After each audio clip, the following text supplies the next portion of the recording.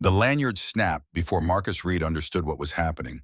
One moment the badge hung against his chest where it belonged, 15 years of sweat, and midnight emergencies reduced to laminated plastic in a photo that never quite looked like him.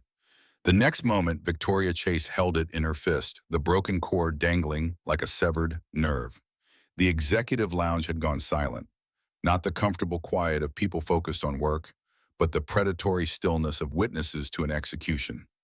23 faces turned toward the commotion. Board members in suits worth more than Marcus earned in 6 months. Junior executives clutching tablets like shields. Security personnel shifting their weight, hands drifting toward radios they wouldn't use. Marcus kept his spine straight. 4 tours in Afghanistan taught him how to stand when people with power decided you were disposable. His shoulders stayed level. His breathing remained even. The only movement was his eyes tracking the badge as Victoria threw it to the floor where it skittered across Italian marble and came to rest against a potted fern worth more than his monthly rent. The air conditioning hummed overhead, a sound Marcus knew intimately. The compressor on 15 was running hot again, compensating for the new projector they'd installed without consulting him. He'd filed a report 3 days ago warning that the electrical load would exceed capacity. Nobody had read it. Nobody ever read his reports until something broke. Sweat collected under his collar. Not from fear, from the heat that had driven him to this room in the first place. The HVAC system serving floors 15 through 22 had failed 2 hours ago during the July heat wave that turned Manhattan into a convection oven.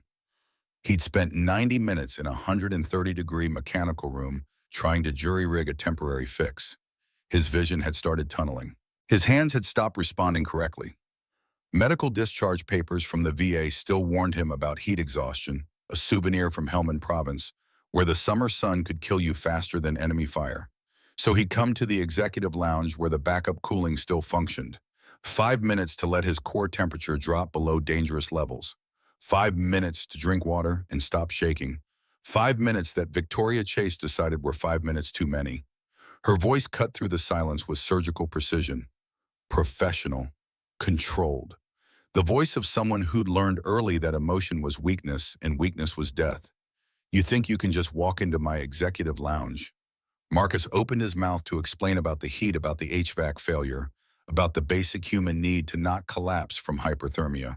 But she wasn't finished. You think the rules don't apply to you? The question landed like an indictment. Marcus felt the familiar weight of invisibility settle over him. To Victoria Chase, he wasn't a person with a name, a history, a daughter waiting at home. He was maintenance, hired help. Someone who existed to fix things and disappear before anyone had to acknowledge his presence. 15 years of crawling through ductwork at 2 a.m. when the heating failed during blizzards. 15 years of replacing burst pipes while water flooded million-dollar offices. 15 years of keeping Meridian Tower alive through blackouts and hurricanes and the time a kitchen fire nearly took the East Wing. 15 years erased because he'd needed 5 minutes in a room with air conditioning. I don't care if you were dying. Victoria's words hung in the temperature-controlled air. Marcus thought about his wife, about Maria, whose first symptom had been exhaustion, which they'd both dismissed as stress from working double shifts to afford Emma's preschool. About how by the time they'd finally gone to the hospital, the cancer had spread everywhere.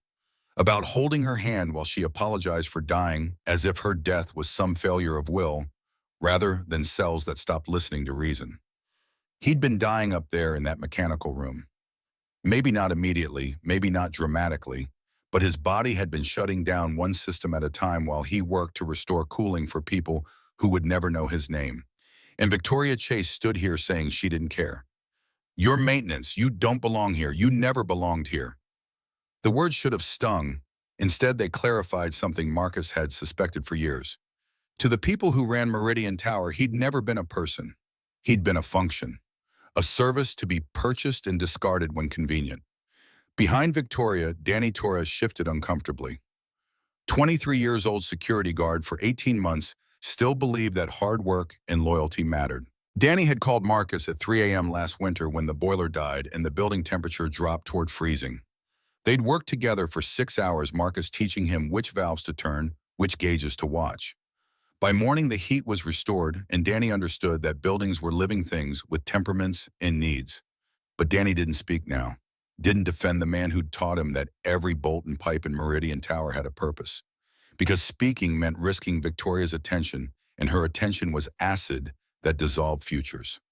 Two other guards stood near the elevators. Rick Santos, 20 years on the job, had worked with Marcus through 9/11, when the city went dark and Meridian Tower had become a refuge for people walking home across bridges. They'd set up emergency lighting, opened the cafeteria, made sure nobody was alone in the chaos.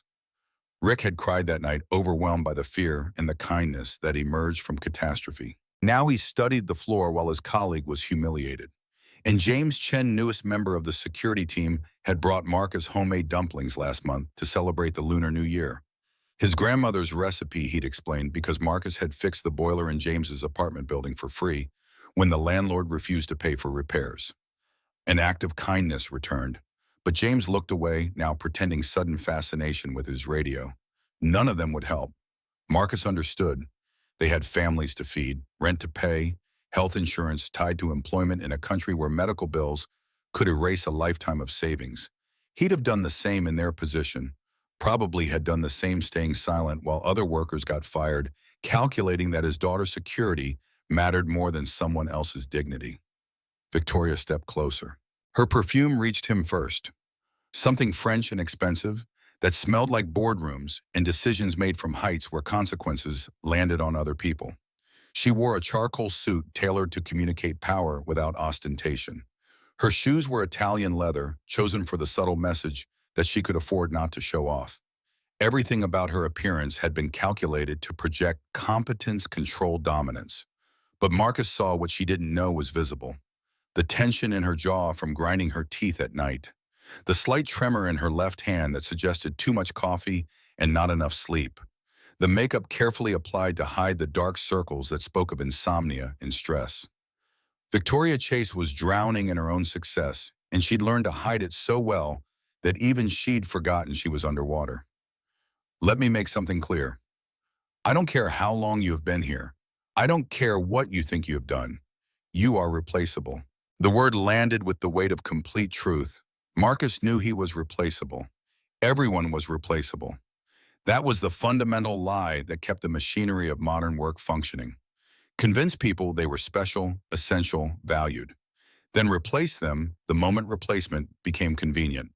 He'd watched it happen dozens of times, seen colleagues with decades of experience escorted out by security, their access cards deactivated before they reached the parking garage.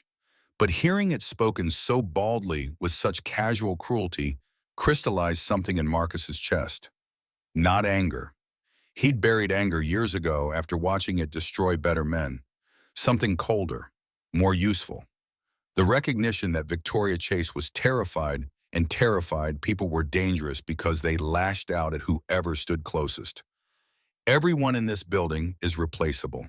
The only thing that matters is results. Results. The word that justified everything. Quarterly earnings. Stock prices. Metrics that reduced human complexity to numbers on spreadsheets. Marcus had spent 15 years delivering results that nobody measured. Restored heating, prevented floods, kept elevators running, fixed electrical faults before they caused fires. Results that only became visible in their absence when systems failed and comfortable people that suddenly noticed that infrastructure required maintenance.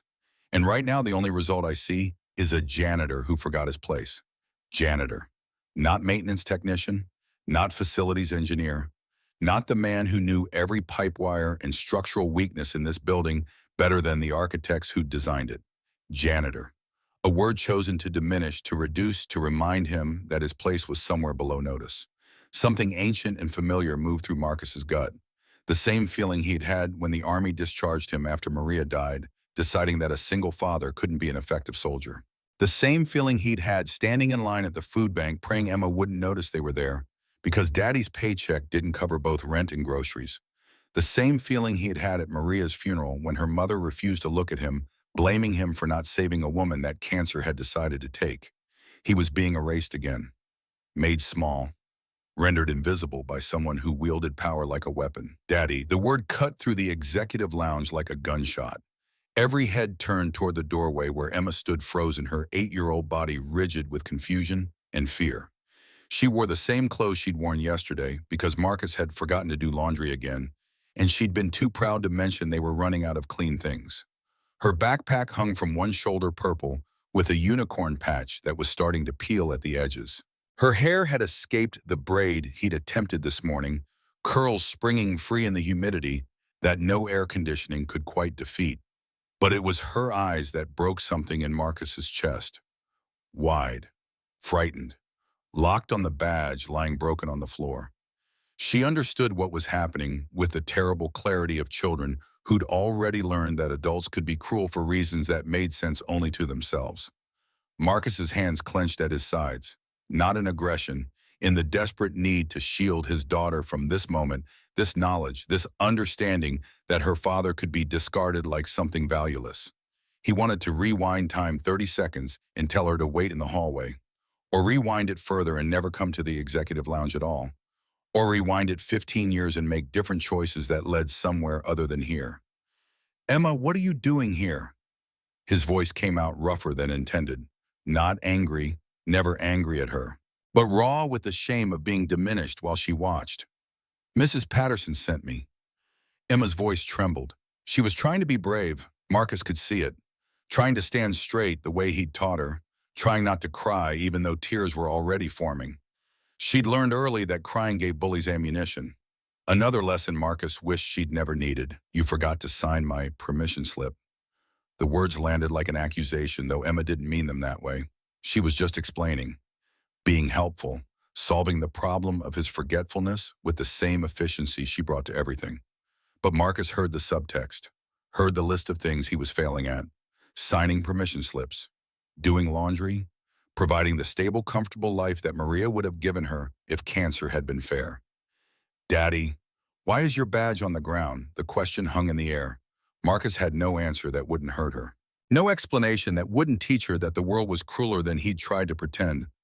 He'd spent 3 years since Maria's death trying to construct a reality where things made sense, where hard work was rewarded, where people who tried their best received basic decency in return. He'd failed. Victoria looked at Emma like she was an insect that had wandered into a boardroom. Her expression didn't change, didn't soften. If anything, it hardened further, as if Emma's presence was an additional violation, another rule broken by the man who'd already proven he didn't understand his place. Get her out of here.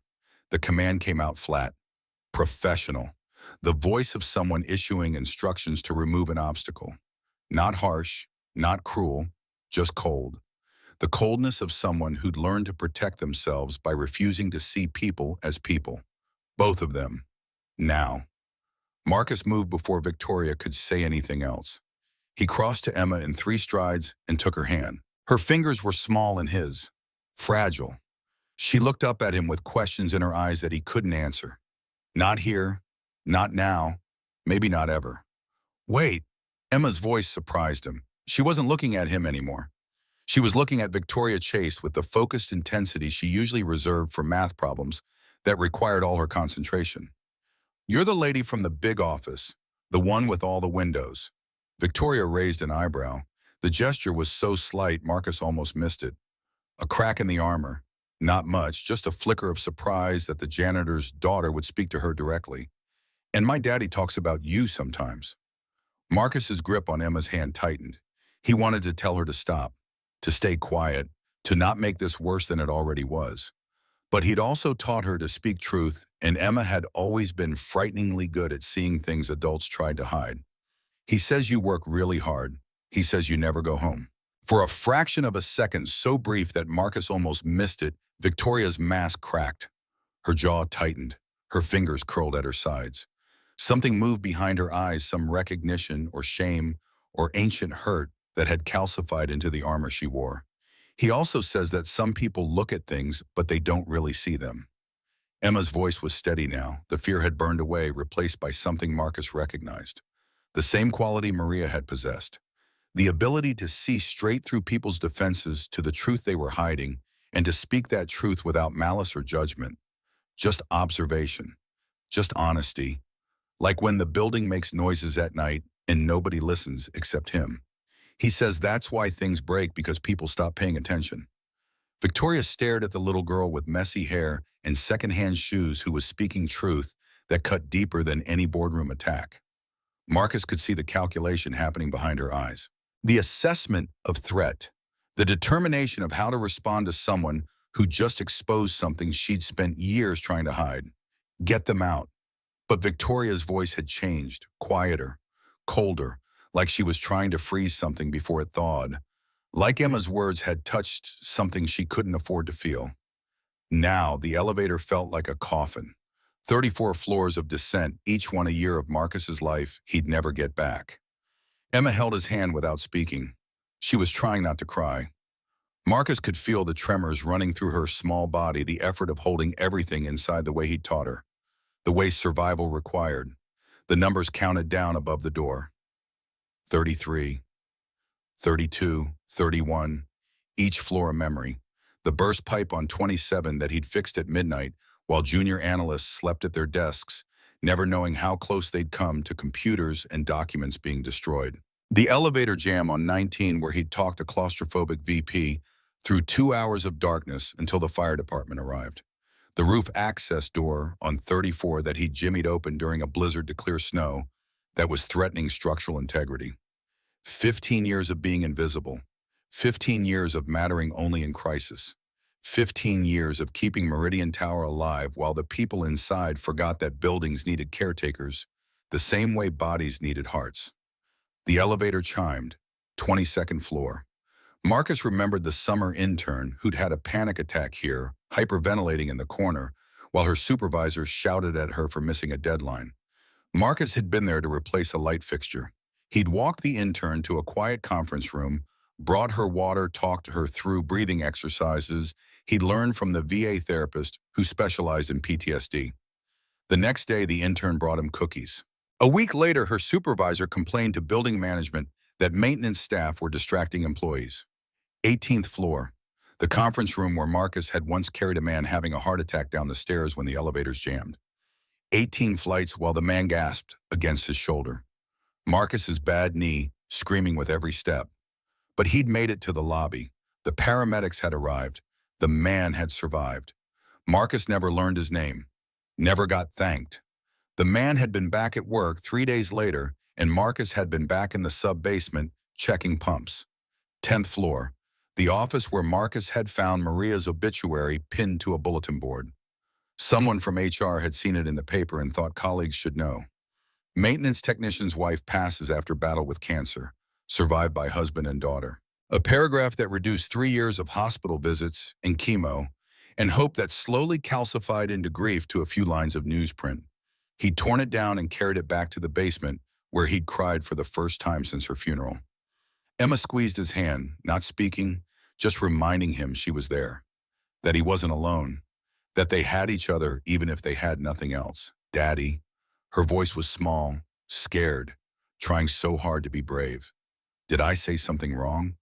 Marcus knelt in the elevator, ignoring the protest from his bad knee. He cupped Emma's face in his hands, feeling the warmth of her skin, seeing Maria's features in the shape of her nose and the curve of her cheek. She was all he had left, the only thing that mattered, the only reason he got up in the morning and pretended the world made sense. No, sweetheart, you said something true. That's different. But she looked so mad. Sometimes the truth makes people mad, especially when they're not ready to hear it.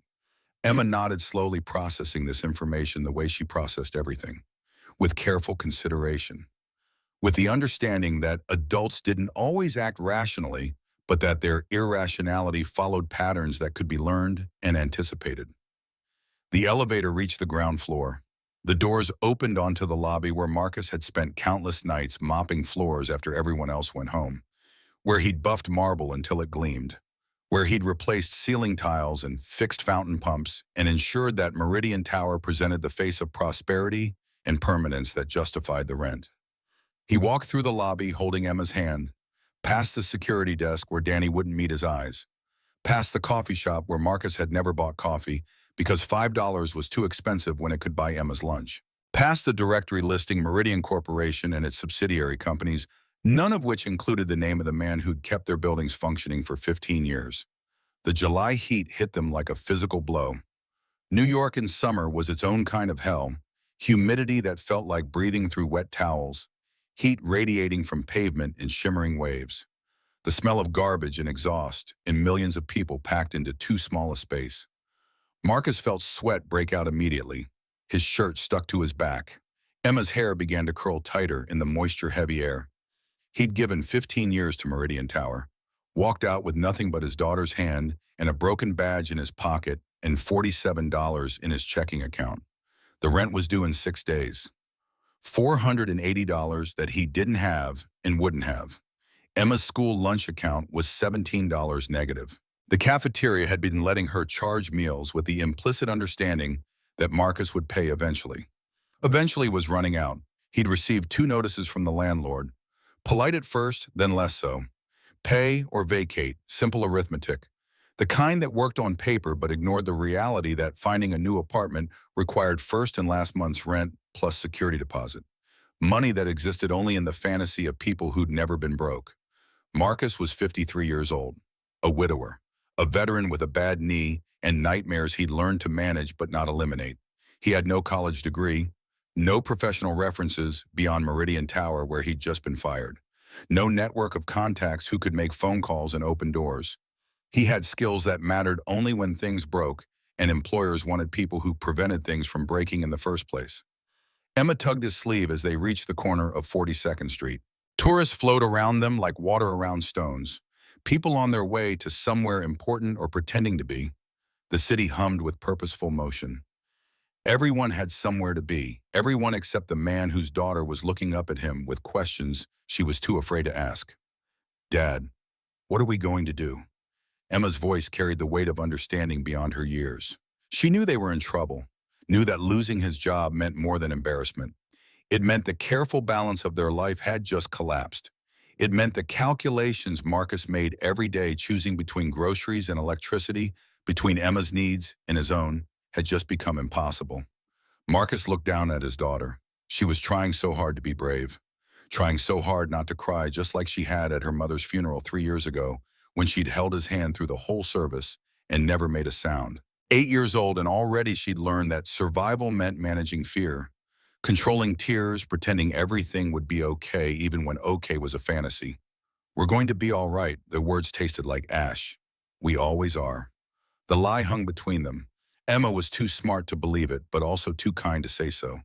She just nodded and held his hand tighter as they walked toward the subway station that would carry them back to the apartment they'd likely lose. Back to the life that was disintegrating one bill at a time. Back to the future that looked increasingly like the past Marcus had fought so hard to escape. His phone rang. The sound cut through the street noise, familiar and jarring. Marcus almost didn't answer. The number belonged to Meridian Tower. Probably HR calling to discuss termination paperwork. Final paycheck calculations. The logistics of stripping away 15 years of work and reducing it to a direct deposit that wouldn't cover half their needs. But he recognized the specific extension.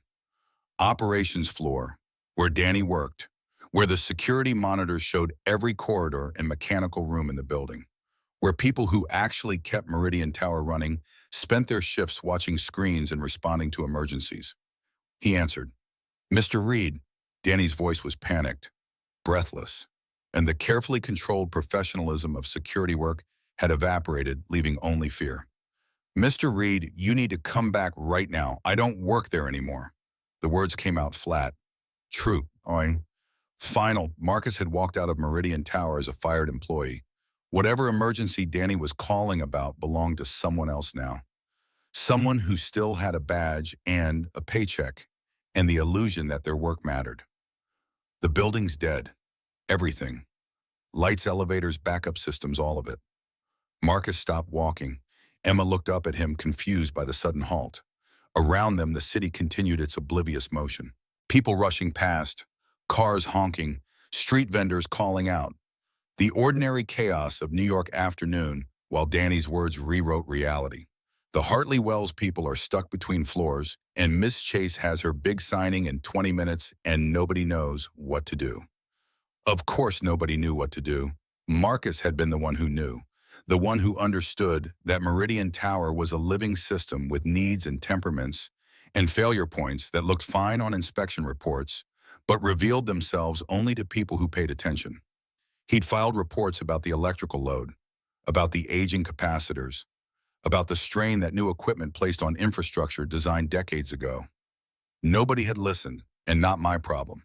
The words should have felt satisfying, should have been the moment of vindication where the people who dismissed him realized their mistake. But Marcus felt only the familiar weight of responsibility. The knowledge that Hartley Wells people stuck between floors weren't executives or board members. They were assistants and junior staff. People like him, people who'd done nothing wrong except show up to work. Marcus, please. Danny's voice cracked. The fear was real. The desperation was real. And Marcus understood what Danny was too young to articulate. That Meridian Tower going dark wasn't just an electrical failure. It was a crisis that would end careers. Security guards who failed to prevent emergencies got fired. Operations staff who couldn't solve problems got replaced. Danny was calling not just for help, but for survival. There are people trapped in those elevators. Old people, scared people, and the fire department can't get here for another 30 minutes because there's a pileup on the bridge. The detail caught Marcus's attention. Old people. The Hartley Wells delegation had included senior partners, men and women in their 60s and 70s who'd built their firm over decades. People for whom being trapped in an elevator wasn't just frightening but potentially dangerous. Heart conditions, medications, the vulnerability of bodies that couldn't handle stress the way young bodies could. Marcus closed his eyes. He thought about Victoria Chase ripping the badge from his chest. The look in her eyes like he was nothing less than nothing. He thought about the $47 in his account and the rent due in 6 days and the job interviews he'd have to sit through at his age with no reference from his last employer. He should walk away, should let them figure it out themselves, should let Victoria Chase learn what happened when you threw away the people who actually kept the world running. She'd called him replaceable. Let her replace him now. Let her find someone else who understood Meridian Tower's ancient electrical system and its tendency to cascade failures when the main breaker tripped.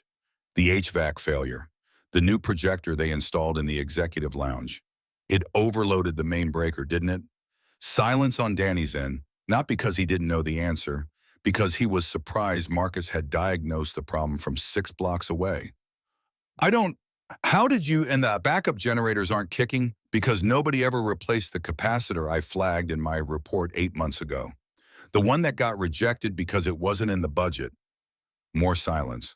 Marcus could hear Danny breathing, could hear the background noise of the operations floor, where other security personnel were probably panicking, calling supervisors trying to explain how Meridian Tower had just failed in the middle of a crucial business deal.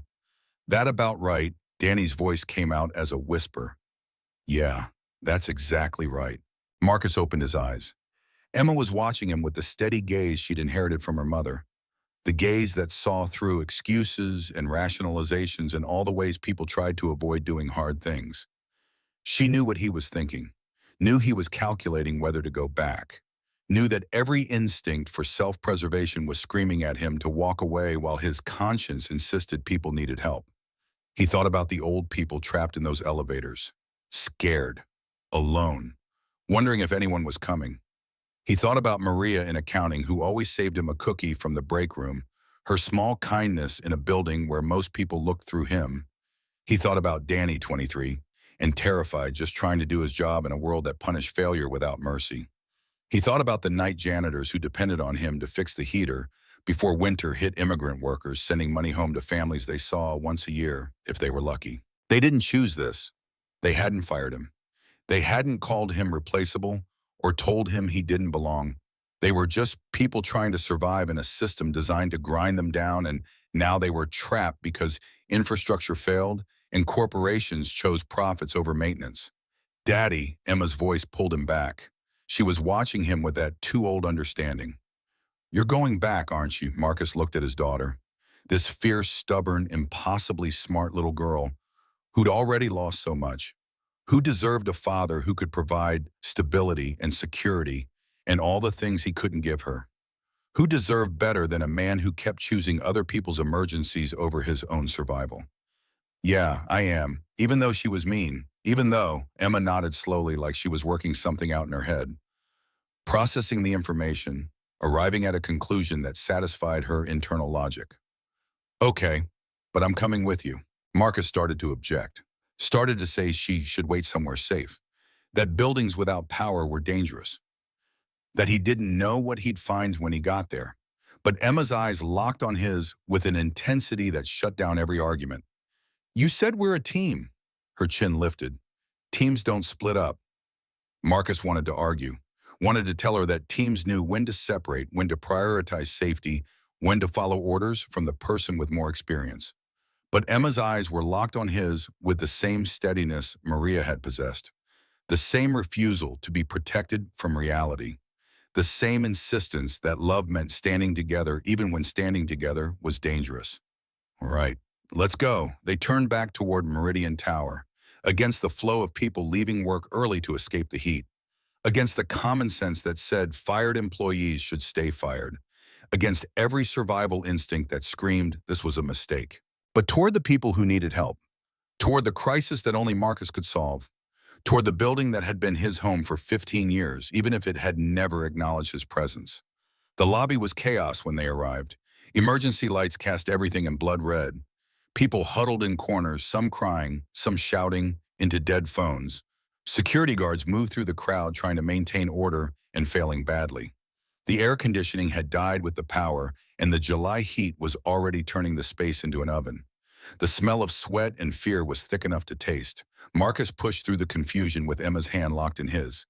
He moved with purpose, with direction, like a man who knew exactly where he was going.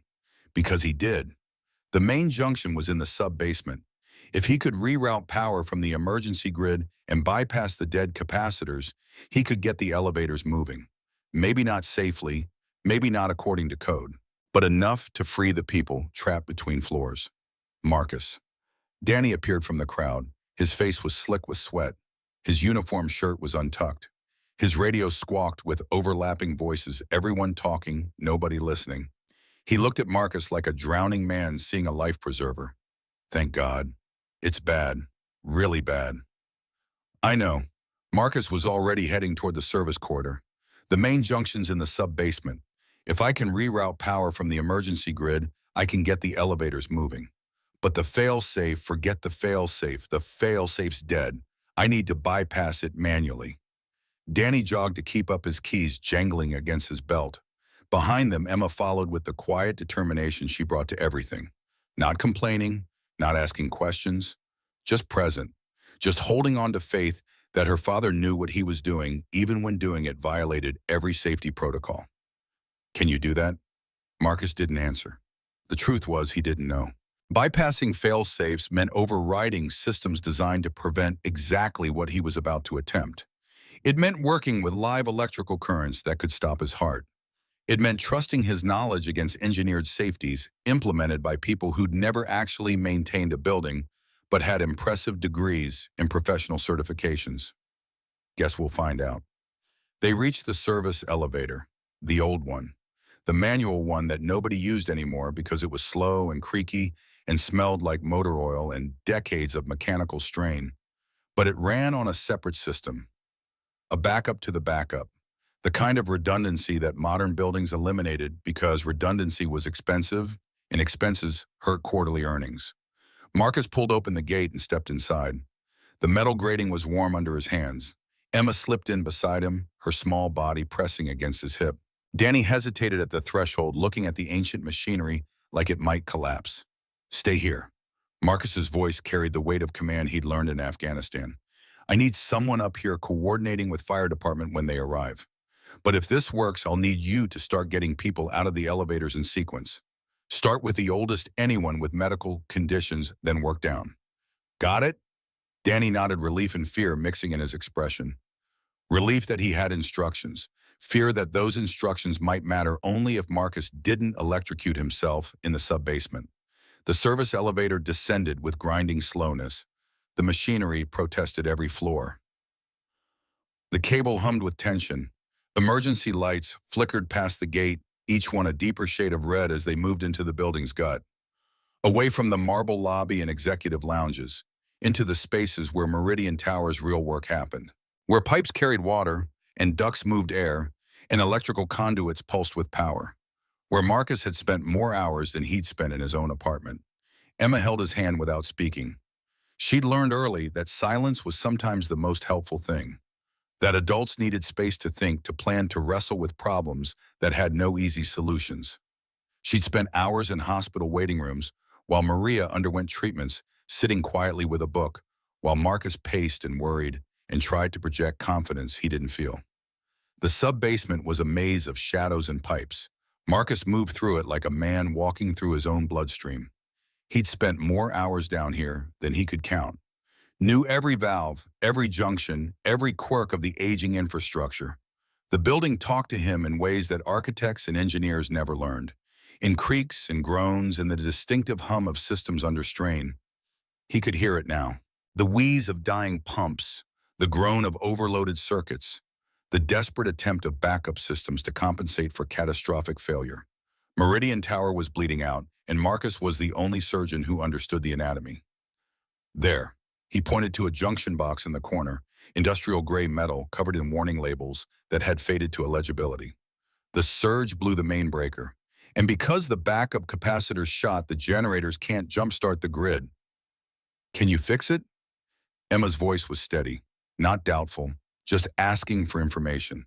She'd watched Marcus fix countless broken things, had learned that most problems had solutions if you understood the system well enough. But she'd also learned that some problems had only risky solutions, choices between bad options and worse ones.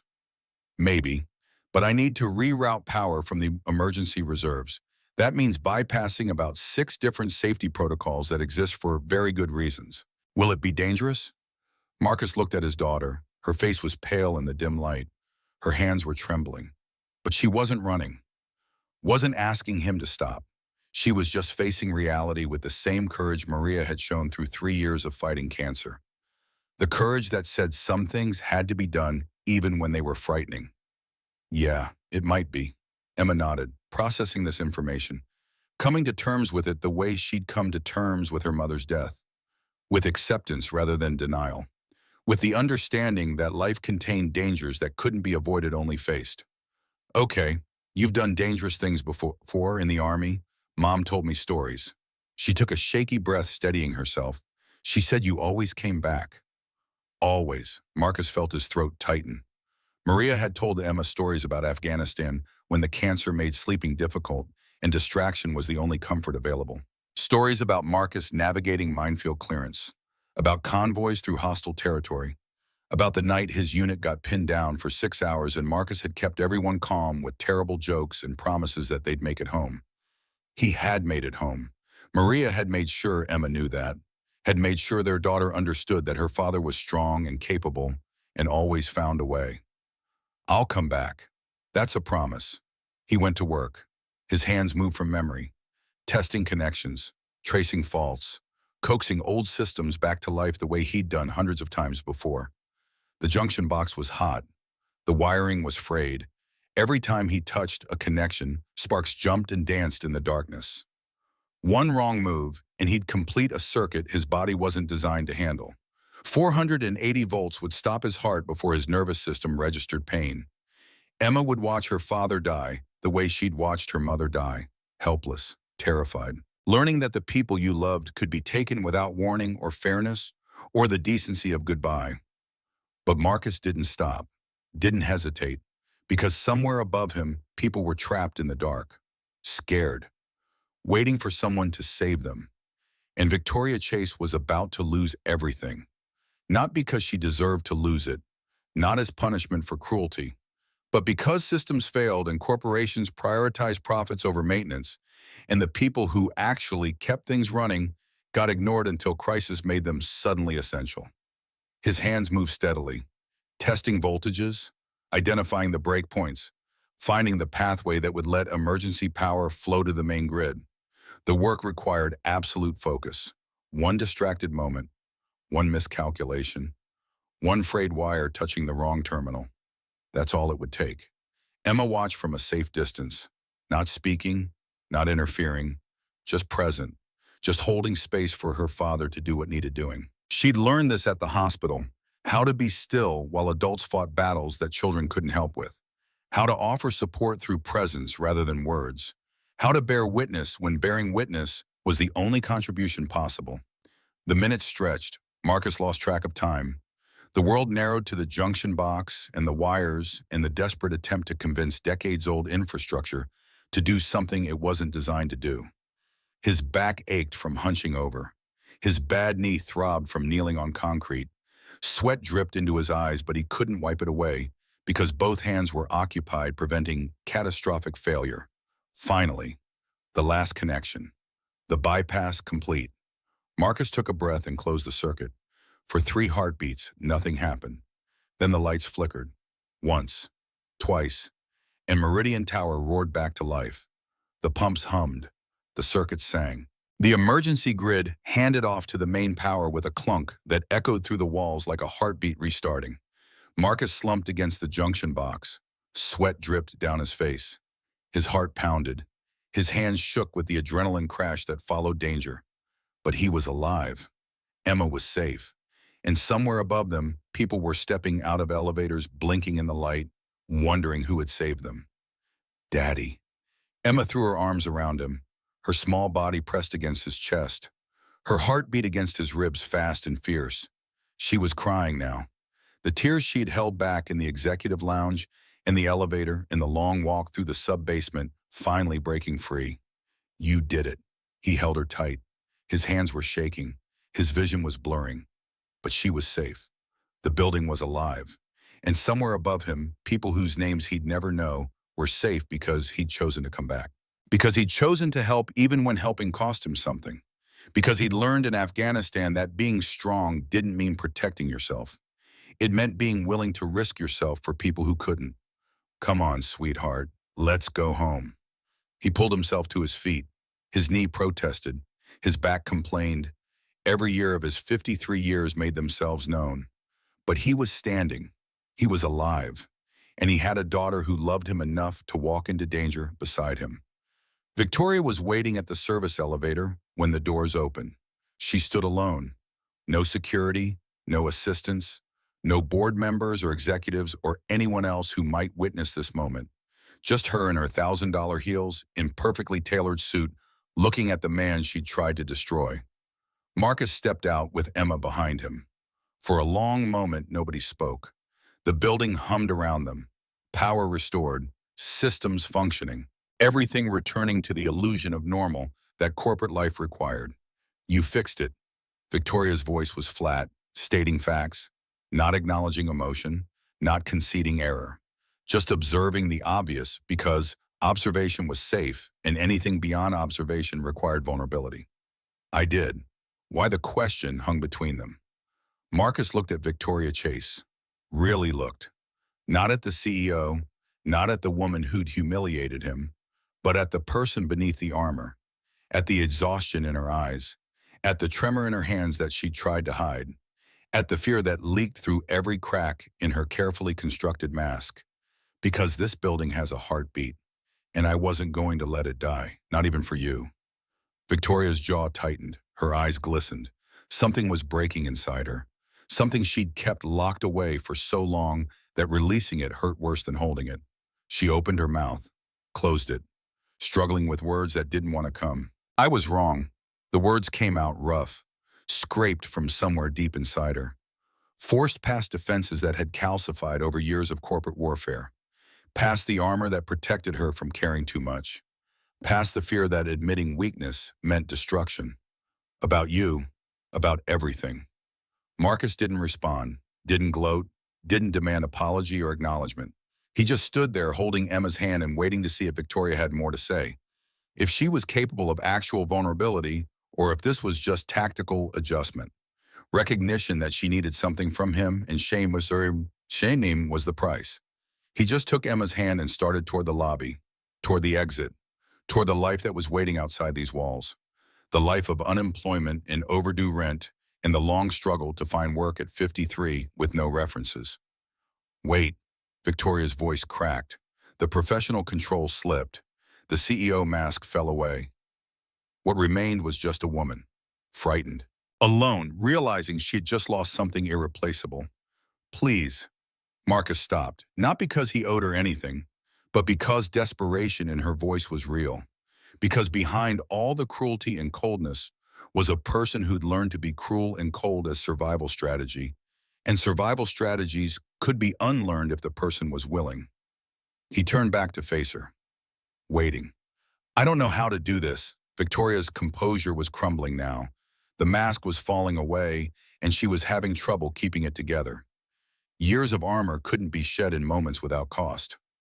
I don't know how to apologize. I've never, I've never been good at seeing people. Not really, not the way you do. Marcus studied her face. The vulnerability was real. The struggle was real. But he'd also learned that vulnerability could be performance, that apologies could be manipulation, that people said sorry when sorry served their interests. He needed to know which this was. Why not? Victoria opened her mouth, closed it. For a moment, she looked like a lost child trying to find her way home, like someone who'd spent so long building walls that she'd forgotten there was supposed to be a door. Because the last time I let myself see someone, really see them, they died, and I couldn't save them. The words hung in the air between them. Marcus didn't ask who she meant, didn't push. He just stood there holding his daughter's hand and let the silence do what words couldn't. Let Victoria sit with her own truth. Let her decide if this was the beginning of actual change or just another performance. Go home, Ms. Chase. Get some rest. The building's stable for now, but you'll need a full crew in here tomorrow. What about you? Marcus smiled. It was tired, sad, but real. I'll figure it out. I always do. He and Emma walked toward the exit. The lobby was clearing now. People were laughing, hugging, relieved. None of them looked at the man in the worn work clothes or the little girl in the second-hand shoes. They never did. Marcus was invisible again. The crisis had passed. He'd done what needed doing. Now he could disappear back into whatever life waited outside these walls. The night air was cooler than the afternoon had been. Not much. New York summers didn't grant real relief until 3 a.m., when the pavement finally released its stored heat. But there was movement in the air, suggestion of breeze, the promise that eventually the heat would break. Emma walked beside him without speaking. She was tired. Marcus could see it in the way her shoulders slumped, in the drag of her feet. She'd been burp all day, had held everything together when her world collapsed around her. Now the adrenaline was fading and exhaustion was taking its place. They reached the subway station, the same one they'd almost entered 3 hours ago before Danny's call changed everything. The entrance exhaled stale air and the smell of underground spaces where too many people breathed. Marcus dug in his pocket for Metro cards, found them, swiped Emma through first, then followed. The platform was crowded with rush-hour refugees, people heading home from jobs they hated to apartments they could barely afford. The eternal cycle of modern work. Trade your time for money, trade your money for shelter, hope the math worked out, hope something didn't break, hope you could hold on long enough to matter. The train arrived with a screech of metal on metal. Marcus and Emma found seats near the door. Emma leaned against his shoulder, her eyes already closing. She'd be asleep before they reached their stop. Marcus would carry her up the stairs to their building past the landlord's office, where the eviction notices waited into the apartment that probably wouldn't be theirs much longer. He pulled out his phone. No messages, no calls. Nothing had changed in the 3 hours since Victoria Chase had destroyed his life. The world had continued spinning. His problems had remained exactly as impossible as before. He was still broke, still unemployed, still facing a future that looked increasingly bleak. But he'd saved people today, had kept them from being trapped in the dark, had proven that maintenance mattered even if nobody wanted to acknowledge it. That invisibility didn't mean worthlessness. That being replaced didn't mean being replaceable. The train rocked through the tunnel. Emma's breathing deepened into sleep. Marcus held her against his shoulder and watched the darkness stream past the windows, counting stops, counting dollars, counting the days until rent came due and arithmetic became unavoidable. The next morning, Marcus found an envelope under his door. He almost threw it away. Probably another eviction notice, another bill, another reminder of everything he didn't have and couldn't provide. But Emma grabbed it first. "Daddy, look, it says your name." The handwriting on the front was precise, professional, the script of someone who'd been taught that appearance mattered, that presentation conveyed competence. that even envelopes deserve care. Marcus opened it. Inside was a formal letter on Meridian Corporation letterhead. His termination confirmed. 2 week severance. Standard HR language that said nothing at all. The bureaucratic reduction of 15 years to paragraphs about final paychecks and continuation of benefits that wouldn't actually continue. But beneath the typed words, someone had written a note in blue ink. I watched the security footage. I saw what you did. I saw how you did it. We need to talk. VC. At the bottom of the envelope, there was something else. A check. Marcus stared at the number. His hands started shaking. $15,000, 3 months of rent, 6 months of groceries, a year of breathing room. The possibility of survival while he looked for new work. Daddy, Emma tugged his sleeve, worried by his stillness. What is it? Is it bad? Marcus looked at his daughter, then back at the check, then at the note in Victoria Chase's handwriting. 3 sentences that suggested she'd spent the night thinking about what happened. About who he was, about what she'd almost lost by throwing him away.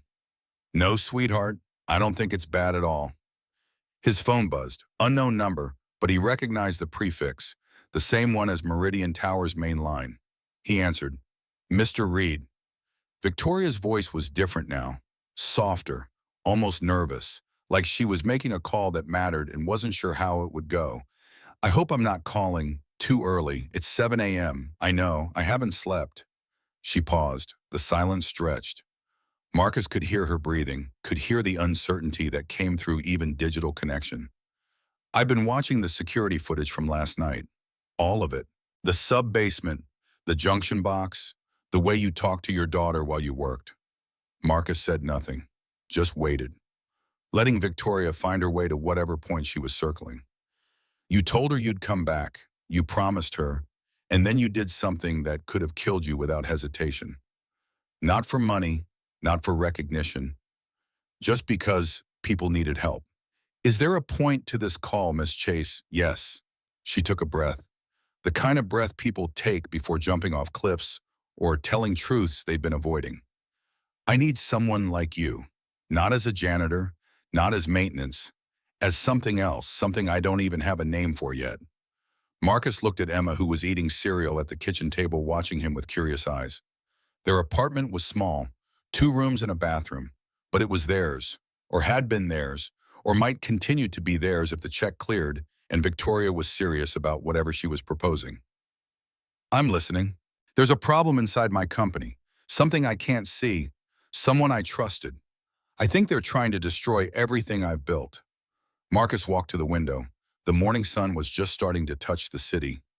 Somewhere out there, Meridian Tower was waking up, beginning another day, pretending yesterday's crisis was aberration rather than warning, pretending infrastructure didn't matter until it failed.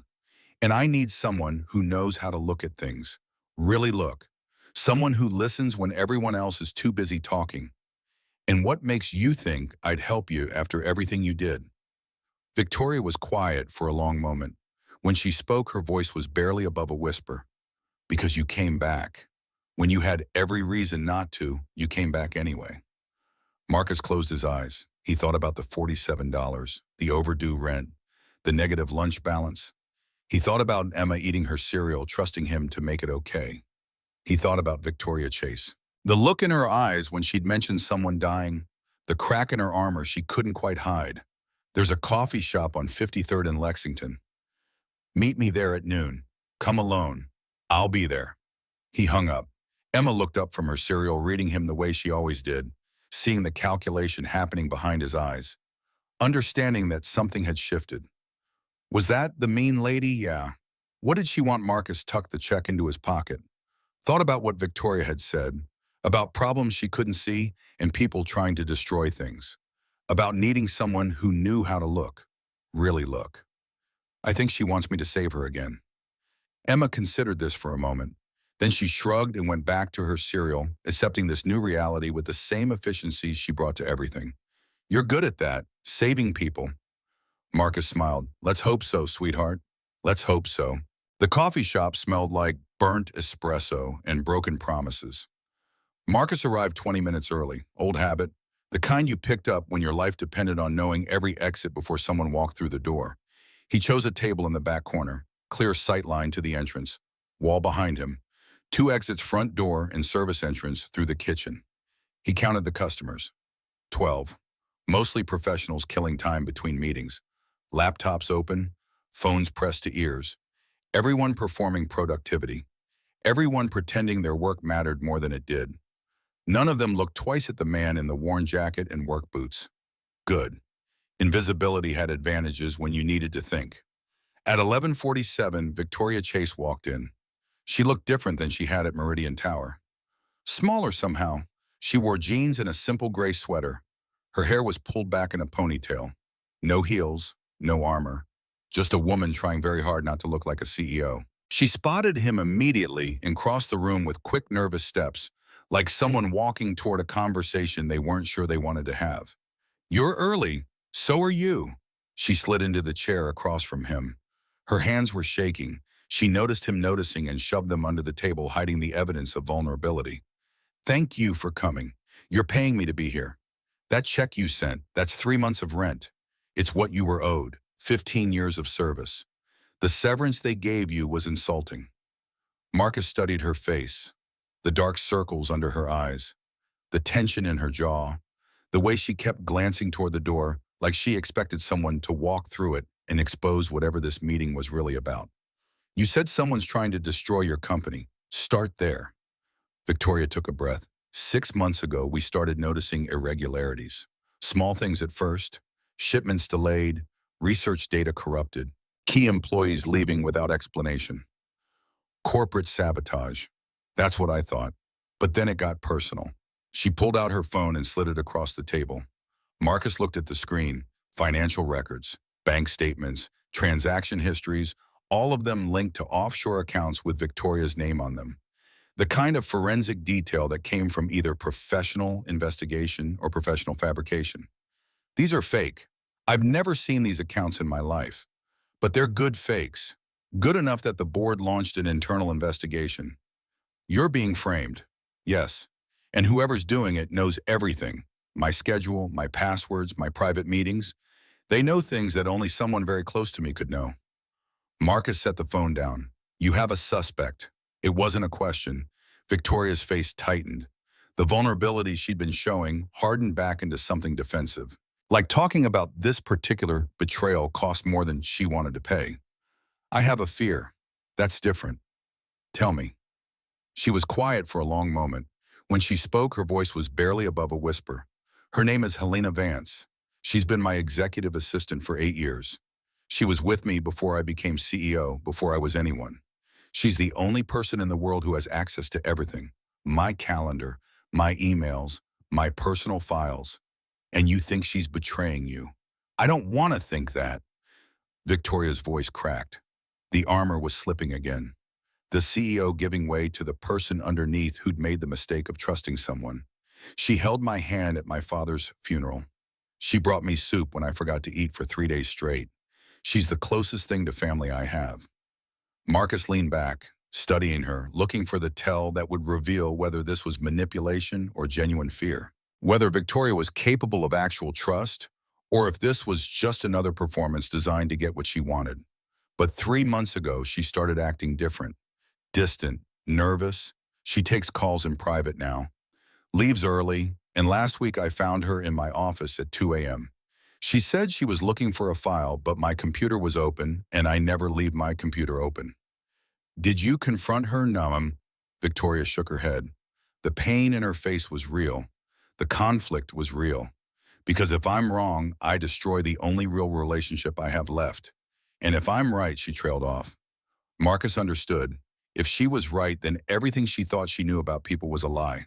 That loyalty was fiction. That trust was weakness. That the world was exactly as cold and cruel as she'd always suspected, but had secretly hoped was wrong. Why me? The question hung between them. Victoria met his eyes, held his gaze without flinching. You have security, lawyers, private investigators. Why bring in a janitor? Because you see things. You said it yourself. You listen when nobody else does. You knew exactly what was wrong with my building when a team of engineers couldn't figure it out. She leaned forward. I don't need someone who can read a spreadsheet. I need someone who can read people.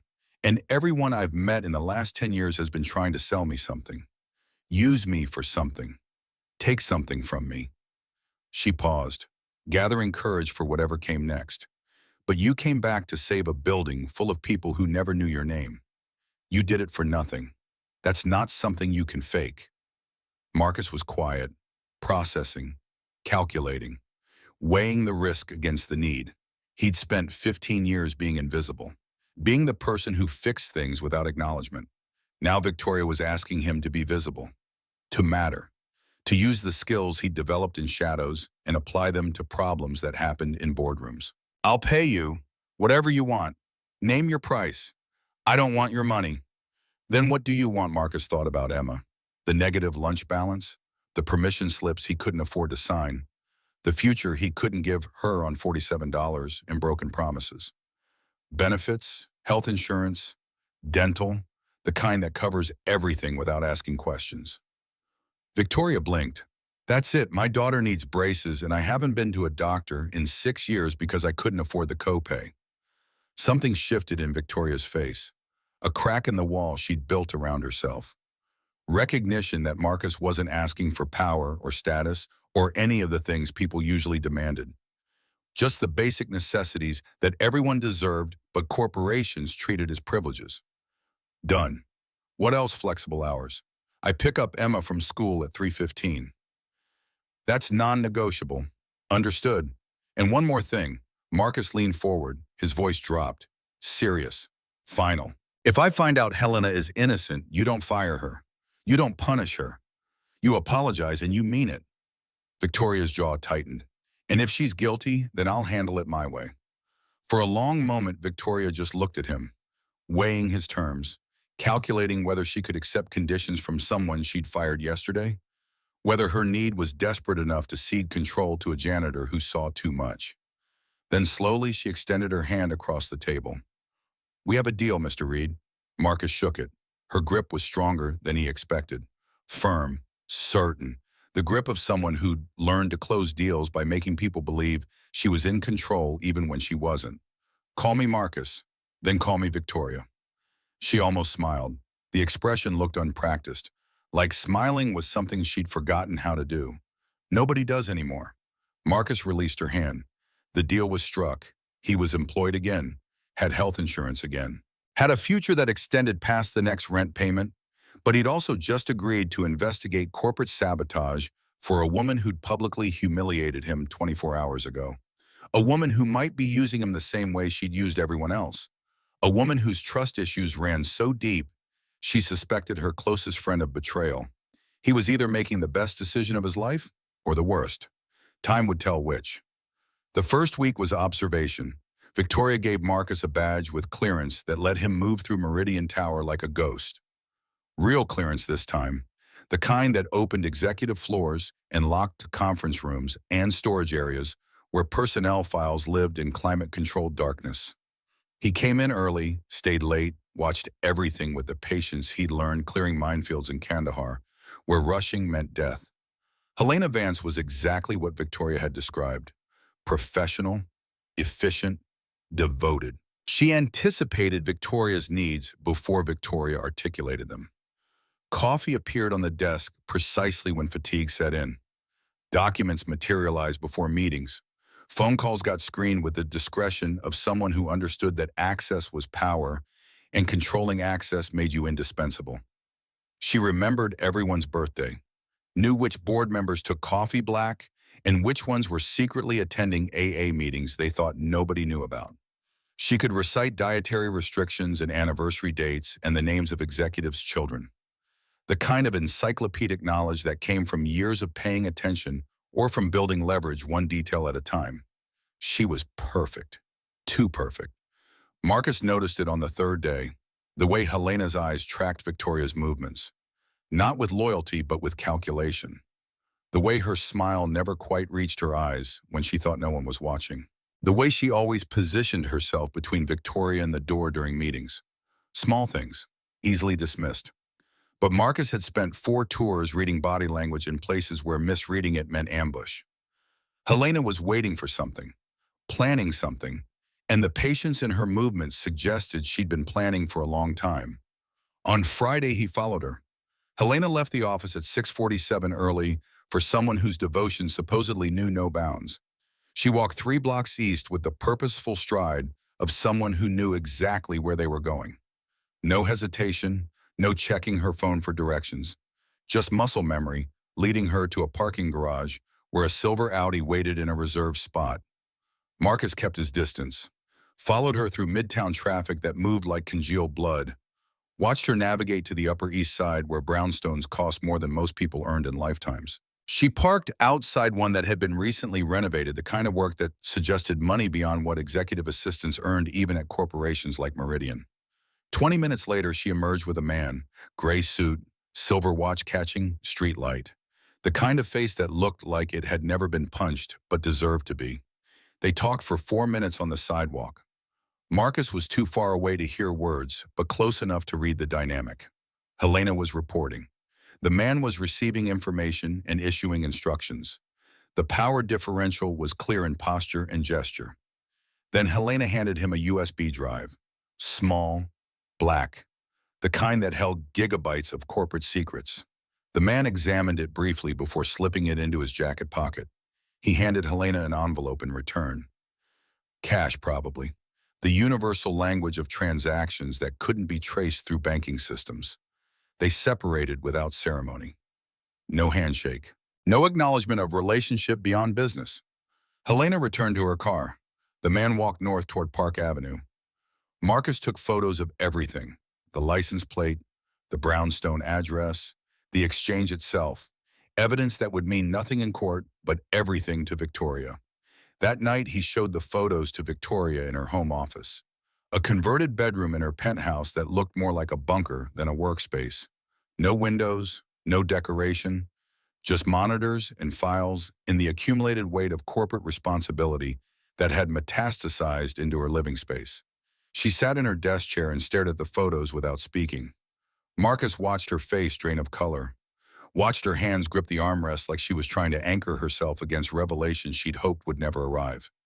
The man is Raymond Cross, Executive VP at Hartley Wells. Your competitors, Victoria's voice came out hollow. Hartley Wells tried to buy us out last year. I turned them down. Looks like they found another way in. And Helena, the name broke something in Victoria's composure. 8 years. 8 years, and she's been, we don't know how long, could be recent, could be from the beginning. Victoria looked up at him. Her eyes were wet, but no tears fell. She'd learned long ago that crying was permission for people to dismiss you. That emotion was ammunition for those who needed reasons to discount women in boardrooms. How did I not see this? You trusted her. That's not a weakness. It feels like one. Marcus pulled a chair over and sat across from her. Not as an employee, not as a consultant, just as someone who understood what betrayal felt like when it came from people you'd chosen to love. When my wife was dying, I missed the signs. She'd been sick for months, tired all the time, losing weight, complaining about stomach pain. I told her it was stress, told her to take it easy. By the time we got to the hospital, the cancer had spread everywhere. Victoria's expression shifted, some of the self-recrimination giving way to attention. The doctor said even if we'd caught it earlier, it might not have mattered. But I'll never know for sure. And I've spent every day since wondering if I could have saved her if I'd just been paying attention. He leaned forward. His voice dropped, but the intensity increased. You're not stupid, Victoria. You're not weak. You just made the mistake of believing that someone who held your hand at a funeral was incapable of stabbing you in the back. That's human. That's normal. The only people who don't make that mistake are the ones who never trust anyone at all. Victoria wiped her eyes. The gesture was quick, efficient, erasing evidence of vulnerability before it could be weaponized. Is that supposed to make me feel better? No. It's supposed to make you angry. Her head snapped up. What Helena didn't just betray you. She weaponized your trust. She used your father's death, your loneliness, your need for connection. She used all of it against you. Marcus stood, his voice hardened into something that carried the weight of command. And if you let yourself collapse into grief right now, she wins. So grieve later. Right now, I need you to get mad. I need you to focus. Because we're going to take her down, but only if you're ready to fight. Victoria stared at him for a long moment. Then something shifted in her face. The tears dried, the jaw set. The CEO came back with a vengeance that suggested she'd been waiting for permission to stop being hurt and start being dangerous. What do you need access to her personnel file, her phone records, and a list of everyone she's met with in the last 6 months? Done. And one more thing. Marcus hesitated. This was the request that would reveal whether Victoria was capable of actual vulnerability or if control mattered more than her daughter's safety. Your daughter, Sophie. Where is she right now? Victoria's face went rigid. At home with the nanny. Why? Because if Helena is working with Hartley Wells, this isn't just about money. It's about leverage. And the best leverage against a mother Victoria shot to her feet.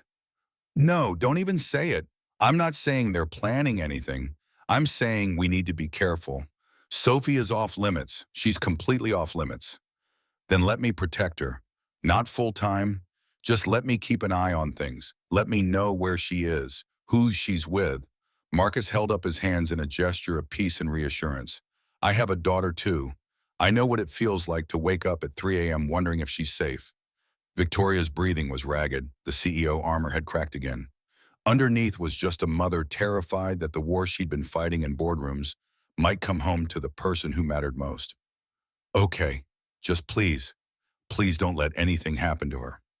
I won't, that's a promise. 2 weeks passed in careful investigation. Marcus built his case slowly, methodically. The way you disarmed bombs one wire at a time, knowing that one wrong move could detonate everything. Helena was good. She covered her tracks with the precision of someone who'd been doing this for years. But she wasn't perfect. Nobody was. He found the cracks. A payment she'd forgotten to delete from her personal account. A meeting she'd logged under the wrong name in Victoria's calendar.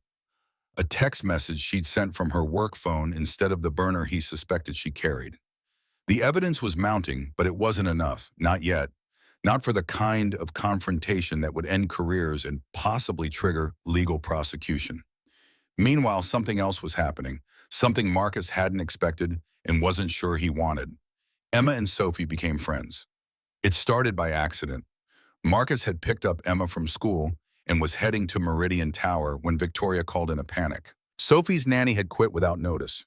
Victoria was stuck in a board meeting that couldn't be postponed. She had no one else to call. No family, no friends outside of work. Just the realization that her corporate success had left her isolated when actual human problems emerged. I'll get her. Marcus made the decision before thinking through implications.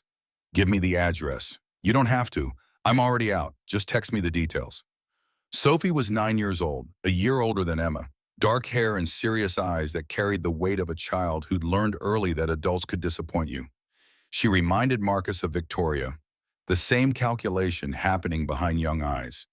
The same assessment of whether this new person could be trusted. You're the janitor. Sophie's first words after climbing into his car. Not hostile, just stating facts. Establishing parameters. Used to be. Mom said you saved the building, just fix the lights. Sophie studied him in the rearview mirror with intensity that suggested she was trying to figure out if adults were telling her truth or another convenient fiction. She also said you were kind. That's not something she usually says about people. Marcus didn't know how to respond to that. He just drove while Sophie watched him with those serious eyes that saw too much. When they got to Meridian Tower, Emma was waiting in his office, a small room on the operations floor that had become his unofficial headquarters. She looked up when Sophie walked in. For a moment, the two girls just stared at each other. Then Emma smiled with the openness that hadn't been beaten out of her yet by life's cruelties. Want to see my drawings? Sophie shrugged with affected disinterest that didn't quite hide curiosity. Okay, by the time Victoria finished her meeting, the girls were sitting cross-legged on the floor surrounded by crayons and paper, arguing about whether dragons could beat dinosaurs in a fight with the passionate intensity that only children brought to questions that mattered precisely because they didn't matter at all. Dragons have fire. Emma's voice carried absolute certainty. But dinosaurs are real. Real always beats made up. My dad's real, and he beats made up stuff all the time. Sophie paused, considered this logic. What does that mean? It means he fixes things that people think can't be fixed. He made a building come back to life. He's like a wizard, but for pipes. Victoria appeared in the doorway. She watched her daughter laughing with the janitor's kid, and something in her face softened. Some of the armor falling away to reveal the person underneath who remembered what it felt like to have friends before friendship became transactional. Thank you, she said it quietly to Marcus, not just for picking up Sophie, for something larger. For creating a moment where her daughter got to be a child rather than the CEO's daughter. For reminding her that life contained things beyond quarterly earnings and corporate warfare. Just doing my job. No, this is more than that. Victoria shook her head. Her voice dropped so the girls wouldn't hear. Sophie doesn't laugh like that. Not with anyone. Marcus watched the girls. They were good for each other. Emma needed a friend who wasn't afraid of hard things. Sophie needed someone who didn't see her as a CEO's daughter, but just as Sophie. Do you want to stay for dinner? The question surprised him. Victoria looked almost nervous, like she was asking something that had more weight than she wanted to admit. I was going to order something for me and Sophie, but if you and Emma want to join us, Marcus thought about saying no, about keeping boundaries clear. Employee and employer, nothing more. But Emma was laughing, really laughing, the way she used to before Maria died. And Sophie was smiling with an openness that suggested she rarely felt safe enough to let her guard down. Sure, we'll stay. They ordered Chinese food and ate in Victoria's office because the conference room felt too formal, and neither of them wanted to stop the girls from playing. Victoria watched Marcus help Emma with her chopsticks, the patience in his hands, the gentleness, the way he corrected without criticizing. You're good with her. She's easy to be good with. That's not true. Kids are complicated. Sophie's complicated. Victoria picked at her lo mein without eating much, just moving food around the container while thoughts moved around her head. She hasn't been the same since her father left. Marcus looked up. I didn't know you were married, divorced, 4 years ago. He decided he wanted a simpler life, a younger wife, a fresh start somewhere that didn't remind him of his failures. Her voice carried bitterness that had calcified over years of resentment. He calls Sophie once a month if she's lucky, sends checks when he remembers. She pretends it doesn't hurt, does it? Everything hurts when you're a kid. You just learn to hide it better as you get older. Marcus thought about Emma, the way she'd held it together at Maria's funeral, the way she never asked for things she knew he couldn't afford, the way she'd learned that survival meant managing fear and controlling tears and pretending everything would be okay even when okay was fantasy. Yeah, I guess you do. They sat in comfortable silence while the girls played. The city hummed outside the windows. For a few hours there were no board meetings, no betrayals, no billion-dollar deals hanging in balance. Just two broken people trying to protect the ones they loved while figuring out if they could trust each other. Later, after Marcus had carried a sleeping Emma to the car, Victoria walked him to the lobby. She stood with arms crossed, looking at him like she wanted to say something but didn't know how. Same time tomorrow, I've got a lead on one of Helena's offshore contacts. Should have something solid by end of week. Victoria nodded but didn't move toward the elevator, just stood there in the emptying lobby while security guards changed shifts and cleaning crews began their nightly work. What I was just thinking. She shook her head. Stupid thought. Tell me anyway. Victoria took a breath. I was thinking that I've known you for 3 weeks, and in that time you've done more for me for Sophie than most people have done in years. You've been kind without wanting anything, honest without being cruel. And I keep waiting for the catch. There's no catch. That's what scares me. She looked at him with eyes that had seen too many lies. Because everyone has a catch, Marcus. Everyone wants something. He stepped closer. Not threatening, not aggressive. Just present in a way that commanded attention without demanding it. What I want is for my daughter to grow up in a world where people like you don't have to be afraid all the time. Where trust isn't a weakness. Where doing the right thing actually matters. He shrugged with the casual honesty that came from having nothing left to protect. That's it. That's the catch.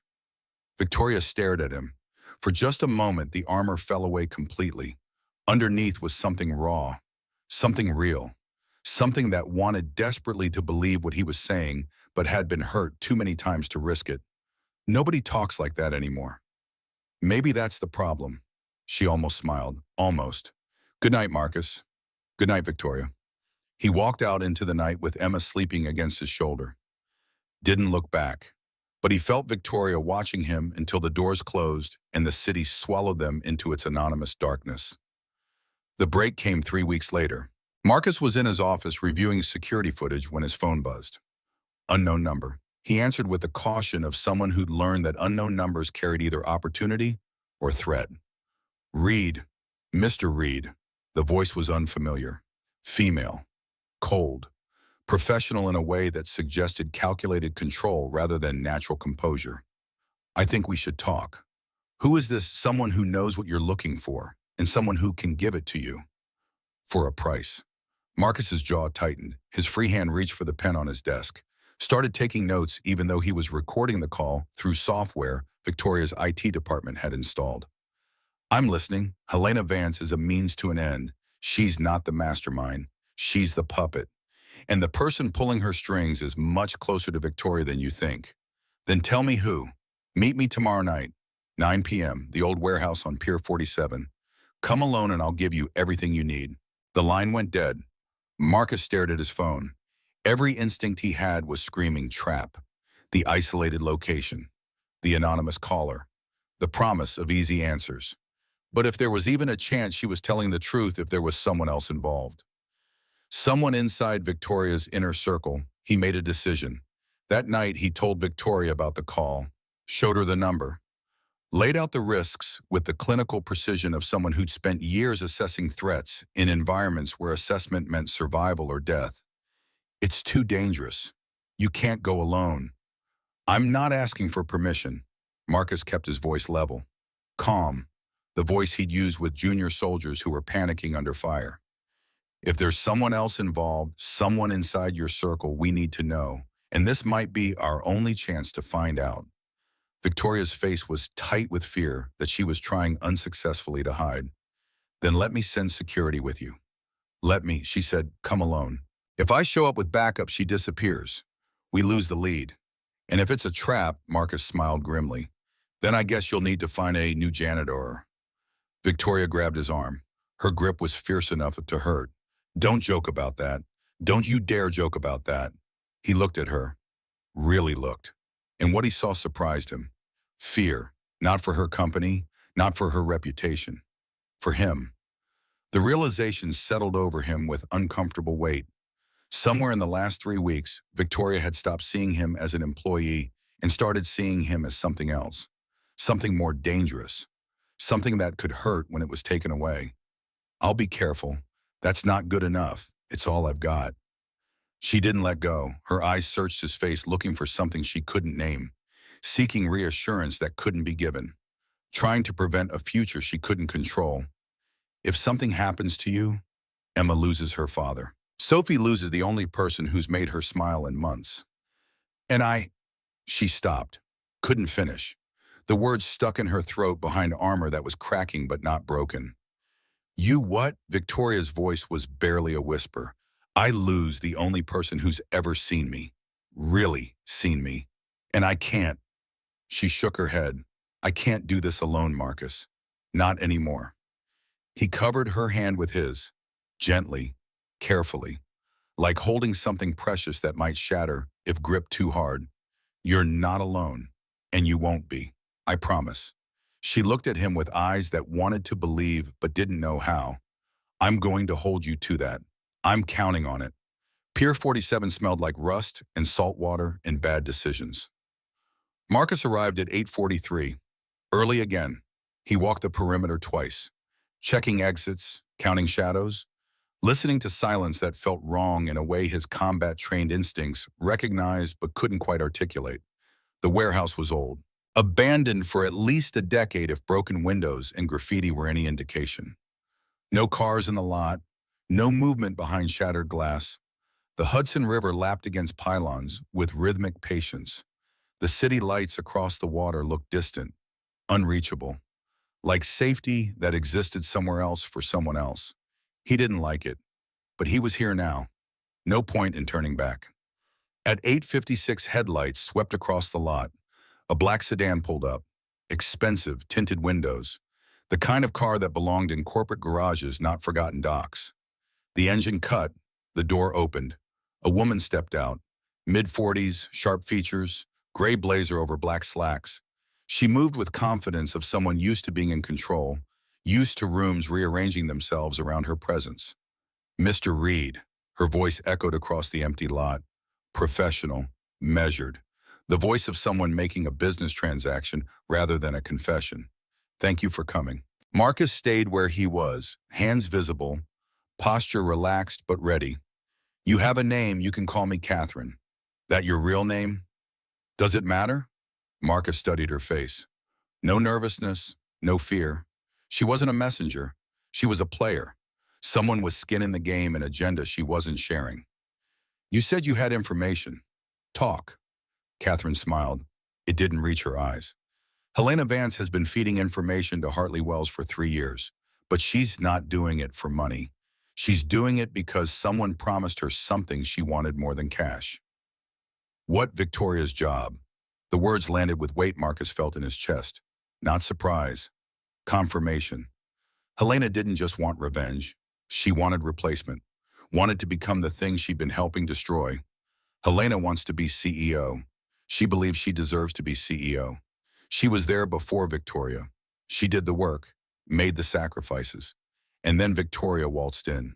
Younger, prettier, better connected, and took everything Helena had been building toward. So this is revenge. This is justice. At least that's how Helena sees it. Catherine took a step closer. Her heels clicked against pavement with predatory rhythm. But here's what Helena doesn't know. The people she's working with don't plan to make her CEO. They plan to destroy Meridian completely. And once the company falls, Helena becomes a liability, a loose end. Marcus processed this information. You're saying she's being played. I'm saying everyone is being played, including you. What's that supposed to mean? Catherine's smile faded. You think Victoria Chase hired you because you're good at reading people. She hired you because you're disposable.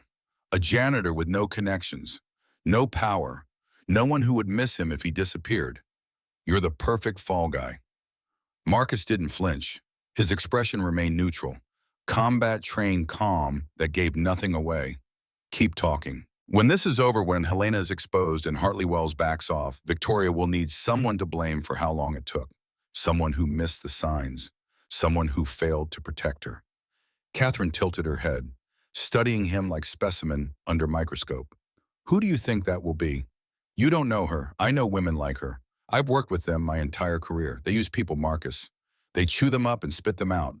And they never ever take responsibility for their own failures. Marcus was quiet for a long moment. The wind off the water was cold, sharp. It cut through his jacket like accusation. Why are you telling me this? Because I was Helena once. Loyal, devoted, willing to do anything for someone who didn't deserve it. And when I finally opened my eyes, it was almost too late. So what do you want? Catherine reached into her blazer. Marcus tensed. His hand drifted toward the knife he carried. Old military habit.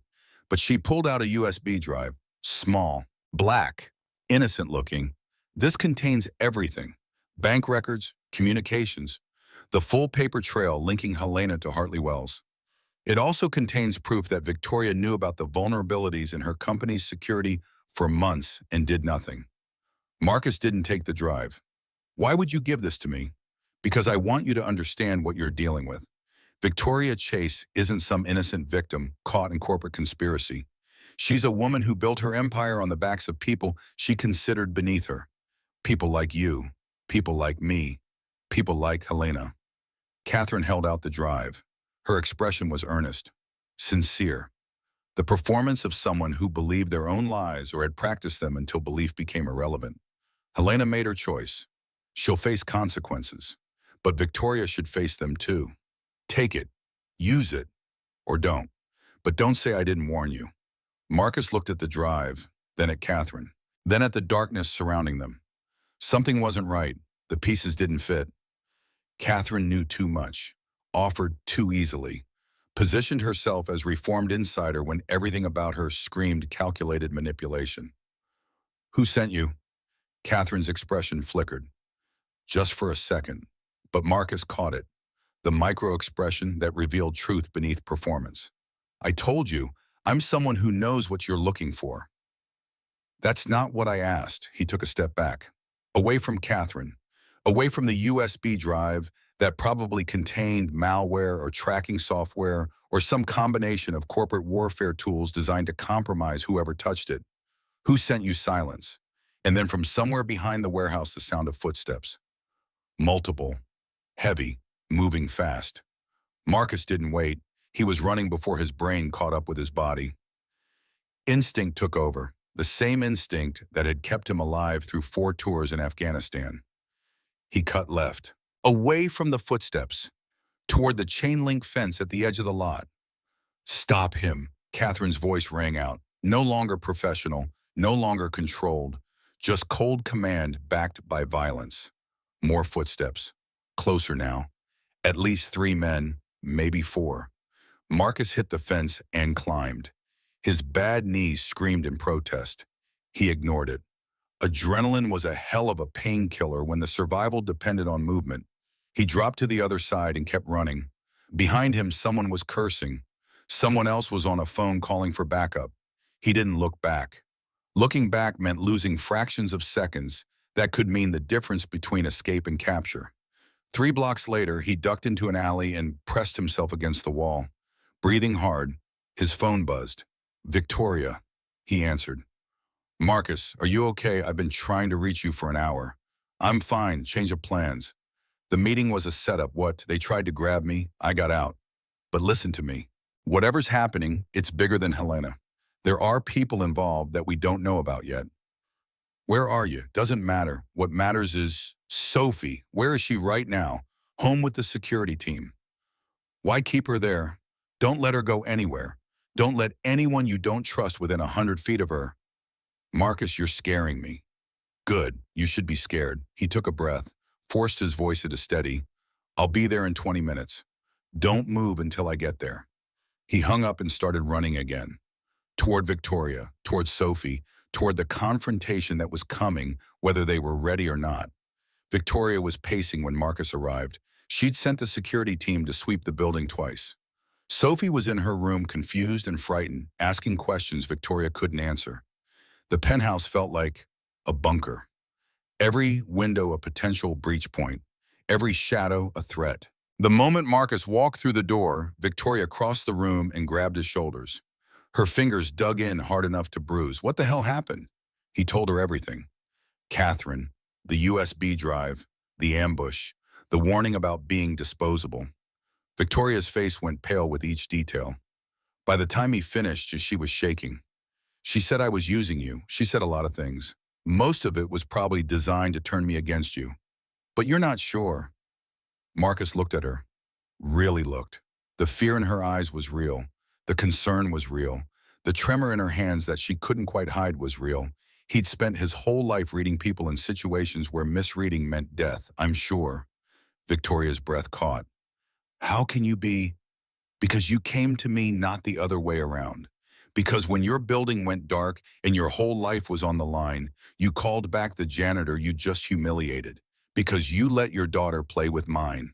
He shook his head, at voice firm with certainty that surprised even him. People who use other people don't do that. They don't take risks. They don't show vulnerability. And they definitely don't let their guards down around someone who has nothing to offer them. Victoria's eyes glistened, tears threatening but not quite falling. I don't know how to. You don't have to say anything. Marcus put his hands on her shoulders. Steady, grounding. The way he'd steadied panicking soldiers in firefights when calm mattered more than firepower. Right now we need to focus. Someone set that trap tonight. Someone who knew I was investigating Helena. Someone who wanted to either grab me or scare me off. Who I don't know yet, but I'm going to find out. That night, Marcus didn't sleep. He went through everything again. Every file, every record, every piece of evidence he'd gathered over the past month. Looking for connections he'd missed. Patterns that hadn't been visible before. The answer was there. Buried in data and details that seemed disconnected until you understood the system. At 3 a.m. he found it. A name buried in Helena's phone records. A number she'd called 12 times in the past 2 weeks. The calls were short, never more than 90 seconds, but they were consistent, regular. The pattern of someone receiving instructions rather than having conversations. Marcus traced the number to a burner phone, dead end on its own. But the burner had been purchased at a convenience store in Brooklyn, and that store had security cameras that recorded everything because insurance companies demanded it. At 6 a.m., Marcus was at the store showing his badge, the real one, the one Victoria had given him with clearance that opened doors. The clerk was suspicious at first.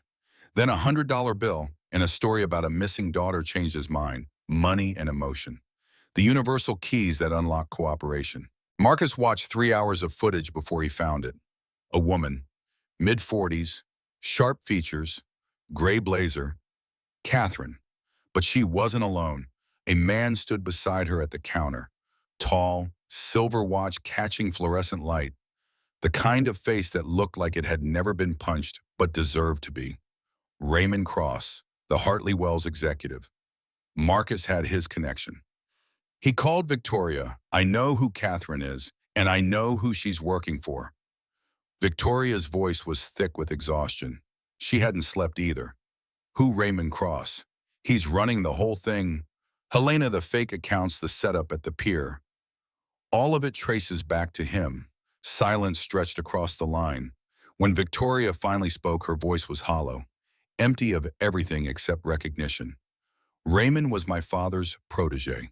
He worked at Meridian for 15 years before he left for Hartley Wells. Then he knows your systems, your weaknesses, everything. He knows me. The admission cost her something. Marcus could hear it in the way her voice broke, in the breath she took that shook with emotion she couldn't quite control. He was at my father's funeral. He gave the eulogy, another betrayal, another person she'd trusted who'd turned out to be poison.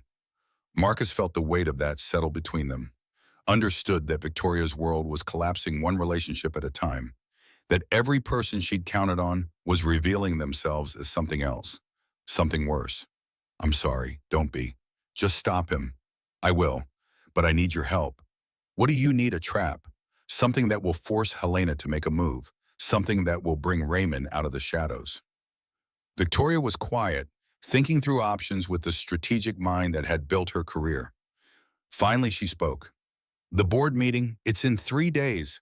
I'm supposed to present our quarterly projections. If Helena thinks that's her chance to expose me, she'll move. And Raymond will be watching. But if we're wrong, if she doesn't take the bait, then we'll find another way. But right now, this is our best shot. Victoria took a breath, steadying herself. Okay, what do you need me to do? Act normal. Go to your meetings, smile at Helena, pretend you don't know anything. I don't know if I can do that. You can. You've been doing it your whole life. The silence stretched, uncomfortable.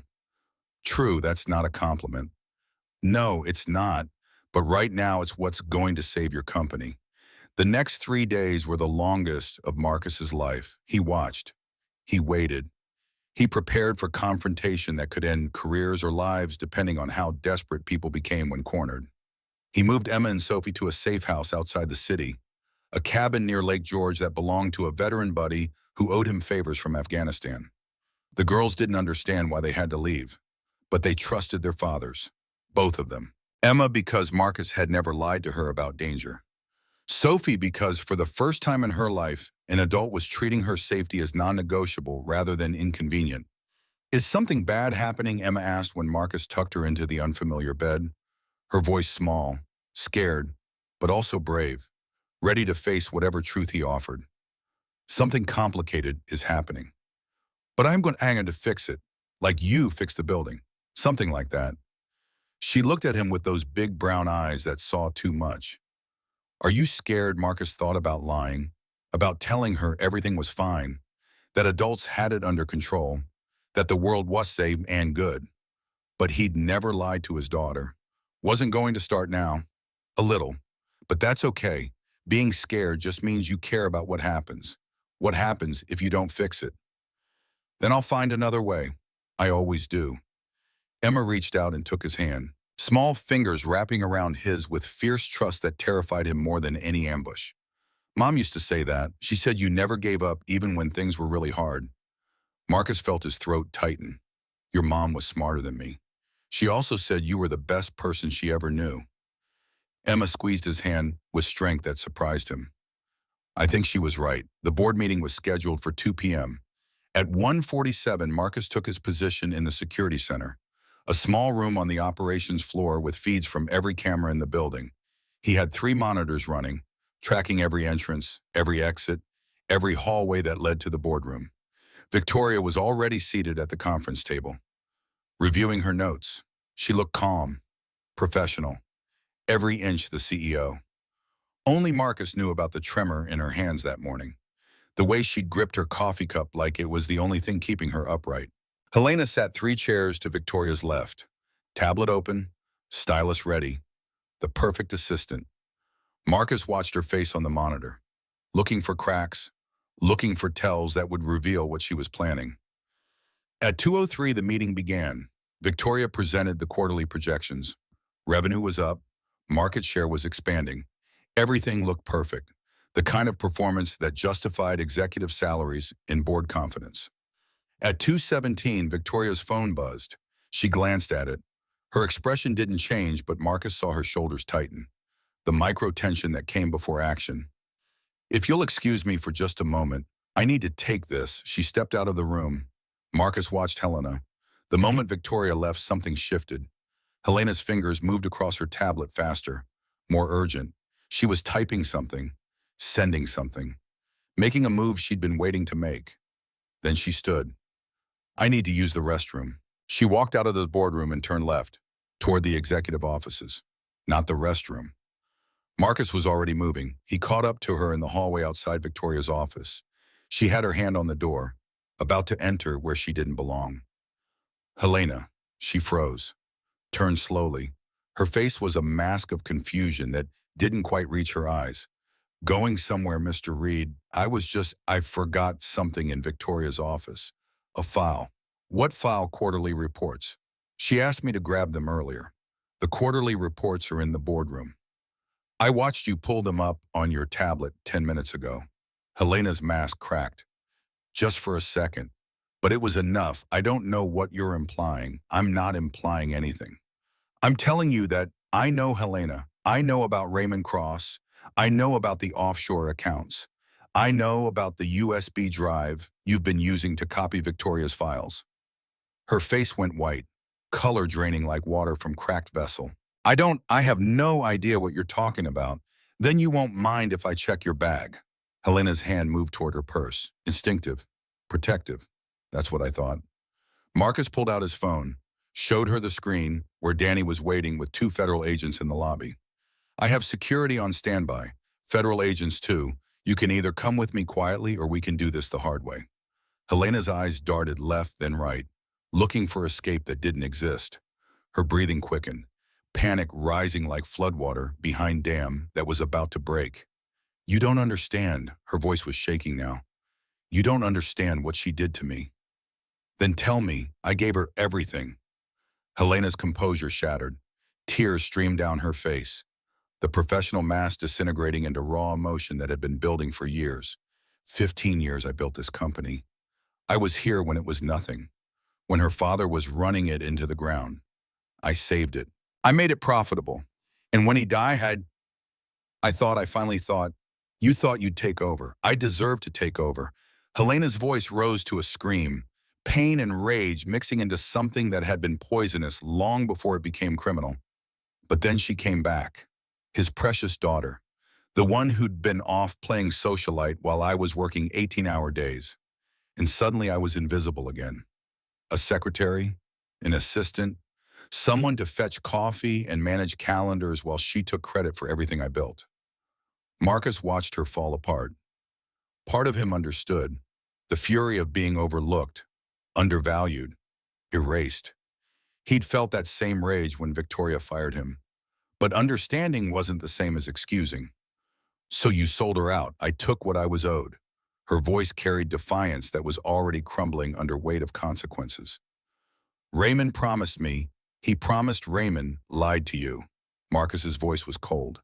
Final. He doesn't want you to be CEO. He wants Meridian destroyed. And once that happens, you become a problem. A witness. Someone who knows too much. That's not true. I have proof. Bank records. Communications. The whole trail, you were never going to get what you wanted, Helena. You were just a tool, and tools get thrown away when they're no longer useful. For a long moment, Helena just stood there, broken, defeated, understanding finally penetrating denial. Then her hand moved. The gun came from nowhere. Small, silver, hidden in her purse. She raised it with shaking hands and pointed it at Marcus's chest. You're lying. You're trying to trick me. Put the gun down, Helena. Marcus's voice remained steady. The calm he'd learned in combat when panic was contagious, and leadership meant projecting certainty you didn't feel. I can't go to prison. I can't. I won't. You don't have to shoot anyone. Just put the gun down and we'll talk. There's nothing to talk about. She was sobbing now. The gun trembled in her grip like everything else about her was trembling. It's over. Everything is over. It's not over. Marcus took a slow step forward, hands visible, non-threatening, the approach he'd used with traumatized civilians in war zones. You made mistakes, bad ones, but you can still do the right thing. You can help us take down Raymond. You can tell the truth. The truth doesn't matter. It never mattered. It matters to me. Another step, close enough now to see the tears streaming down her face, close enough to read the desperation in her eyes that had nothing to do with him and everything to do with choices she'd made and couldn't unmake. And it matters to the people you hurt. Victoria trusted you. She loved you. And yeah, maybe she didn't see you the way you wanted to be seen. But that doesn't justify this. That doesn't justify any of this. Helena's hand was shaking so badly the gun was almost bouncing. I just wanted to matter. I just wanted someone to see me. I see you, Helena. Marcus was close now. Close enough to touch the barrel if he moved fast enough.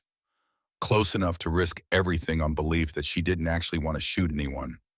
I see a woman who worked her whole life for something and never got the recognition she deserved. I see someone who made a terrible choice because she was hurt and angry and alone. He reached out slowly, gently, the way you reach for frightened animals. But I also see someone who can still make this right. It's not too late. It's never too late. Helena looked at him. Her eyes were red, hollow, the eyes of someone who'd burned every bridge and was staring at the ashes, wondering if there was anything left worth salvaging. Then slowly her hand lowered. Marcus took the gun, eased it from her grip with the care of someone disarming explosives, held her as she collapsed against him, sobbing. I'm sorry. I'm so sorry. I know. Marcus held her while she broke. While years of resentment and betrayal and poisonous choices finally discharged into tears that couldn't fix anything but might begin the process of facing what she'd done. I know, the federal agents arrived 20 minutes later. They took Helena into custody with the gentleness Marcus had insisted on. She didn't resist, didn't fight, just walked between them with empty eyes and slumped shoulders. The fight had gone out of her. What remained was just exhaustion and the long road of consequences stretching ahead. Raymond Cross was arrested that evening at his office in the Hartley Wells building.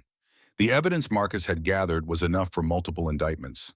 Fraud, corporate espionage, conspiracy. The charges would take months to prosecute, but the outcome was certain. Raymond's career was over. His freedom was ending. Justice was slow, but it was coming. Victoria watched the news coverage from her office. Marcus stood beside her. She hadn't spoken since the agents took Helena away. Just stared at the monitors showing her former friend being let out in handcuffs, processing betrayal that had roots going back years. 8 years. She said it so softly Marcus almost missed it. 8 years and I never knew. Nobody did. I should have.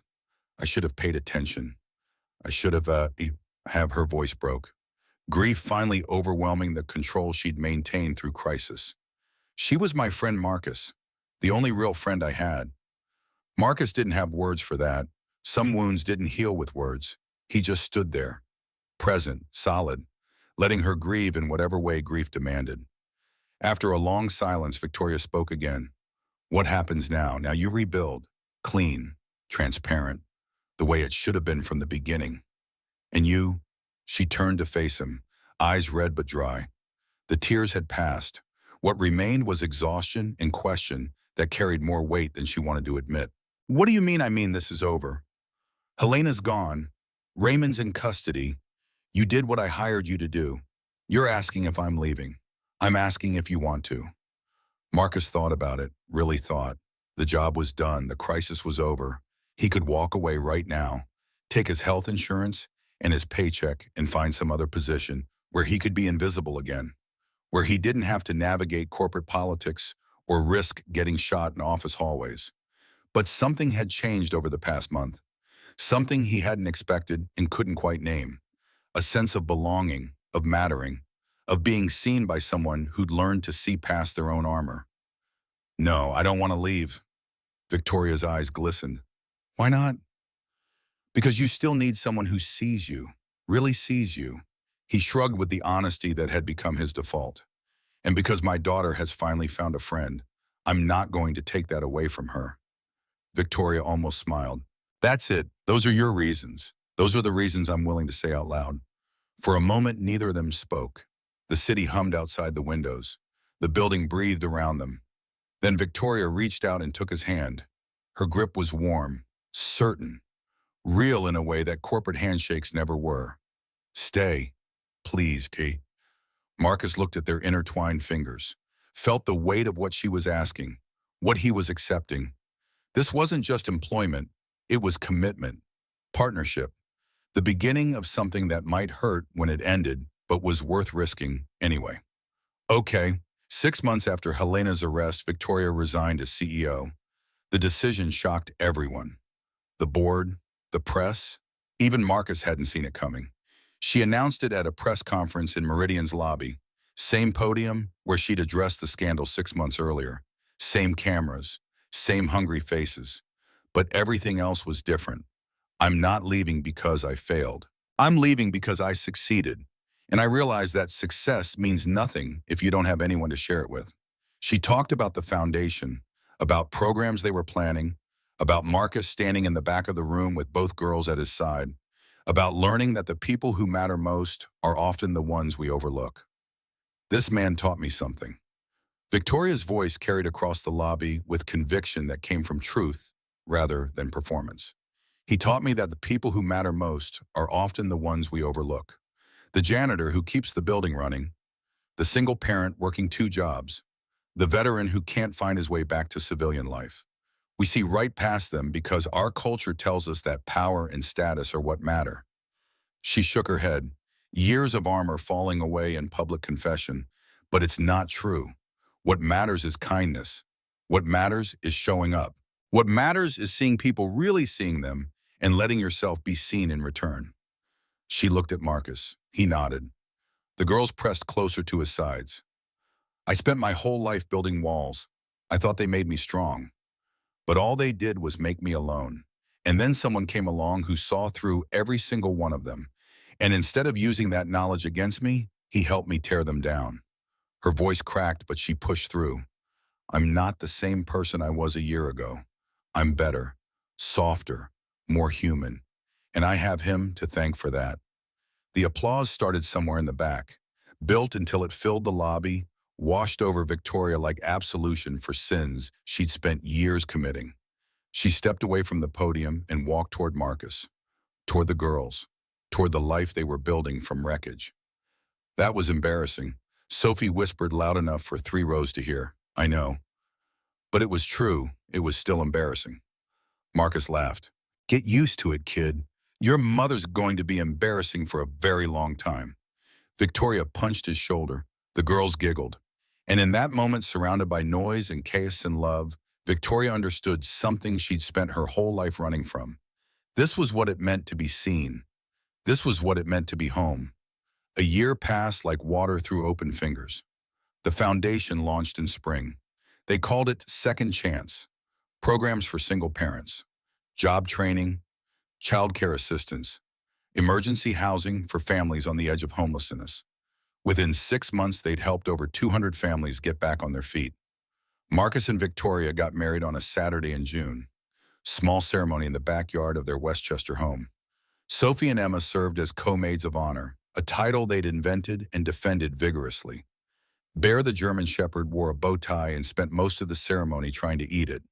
They wrote their own vows. Victoria went first. A year ago, I thought I knew what strength looked like. I thought it meant never showing weakness, never asking for help, never letting anyone see the parts of yourself that weren't perfect. She looked at Marcus standing across from her in afternoon light. I was wrong. Strength isn't armor. It's vulnerability. It's reaching out when you're drowning. It's admitting you don't have all the answers. It's letting someone see you, really see you, and trusting them not to look away. Her voice cracked, but she continued. You saw me, Marcus, at my worst, at my most broken. And instead of running, you stayed. You held me together when I couldn't hold myself. She squeezed his hands. I promise to see you back every day. In your strength and your struggle and everything in between, I promise to show up even when it's hard. I promise to build something with you. Not a company or a foundation, but a life. A real life full of late-night conversations and Sunday dinners and two girls who think we're embarrassing but love us anyway. Marcus waited until she finished, then spoke with the rough honesty that had always defined him. I'm not good with words, never have been. I'm better with my hands, fixing things, building things, making broken stuff work again. He looked at Victoria, but some things can't be fixed. Some things are just broken forever. And I spent a long time believing I was one of those things. After my wife died, after I lost everything, I thought the best I could hope for was survival. He shook his head. Then I met you, and you were so frustrating, so stubborn, so convinced you knew everything when you didn't know anything at all. You fired me in front of my daughter. You made me feel invisible. Soft laughter rippled through the guests. But then you called me back. When everything was falling apart, you called me back. And that's when I realized something. You weren't the cold, untouchable CEO I thought you were. You were scared and alone and desperate for someone to see past the armor. Marcus reached up and touched her face. I saw you, Victoria, and what I saw was beautiful. Not perfect, never perfect, but real, honest, brave in ways you didn't even recognize. His voice dropped. I'm showing up now, and I'm going to keep showing up every single day, in the good times and the bad times and the boring times in between. I'm going to be here, present, steady, yours. He kissed her forehead, and I promise to love you, not the idea of you, not the CEO or the philanthropist, just you, the real you, the one who's scared and stubborn and strong and soaked all at the same time. That's my promise. And I don't break my promises. 5 years later. Sunday morning, October. Their kitchen in Westchester filled with ordinary chaos. Pancakes and bacon and too much coffee. Bear begging for scraps under the table. Sophie texting friends. Emma reading a veterinary textbook between bites. Victoria looked around the table at the people she loved. The husband who saw her when no one else did. The daughters who taught her that family wasn't about blood, but about choice. The dog who'd chewed through 3 pairs of her shoes and somehow become the most spoiled creature on the planet. This was what she'd been running from her whole life. This mess, this chaos, this overwhelming, terrifying, beautiful ordinariness. And now it was hers. What are you smiling about? Marcus asked without looking up from his coffee. Nothing, everything. She reached across the table and took his hand. Just thinking about how strange life is, how the worst day can become the first day, how the person you fire can become the person you marry. You getting philosophical on us? Sophie didn't look up from her phone. Because it's too early for philosophy. I'm not being philosophical. I'm being grateful. Emma looked up from her book. For what Victoria thought about it, about all the things she could say, all the ways she could explain what this life meant to her. But in the end, she just said the truth. For you, all of you, for this house and this breakfast and this ordinary Sunday morning. For second chances and new beginnings in the people who show up when you need them most. She looked at Marcus, for being seen. Marcus smiled, that quiet, steady smile that had anchored her through every storm. You know what the funny thing is? What I spent my whole life trying to be invisible, trying to do my job without being noticed. And then I met you, and you noticed me anyway, even when I didn't want you to. Was that bad? No, that was the beginning of everything, Sophie groaned. You two are so cheesy. The cheesiest, Emma agreed but smiled anyway. Bear barked at something outside. Marcus laughed. Victoria laughed. The girls rolled their eyes but couldn't hide their own smiles. Outside, the sun was rising over the trees. The world was waking up. And inside this kitchen, surrounded by pancakes and chaos and love, a family held on to each other and refused to let go. Because that's what real strength looks like. Not walls or armor or the ability to stand alone. Real strength is reaching out, letting someone in, trusting that the people who see you really see you will stay.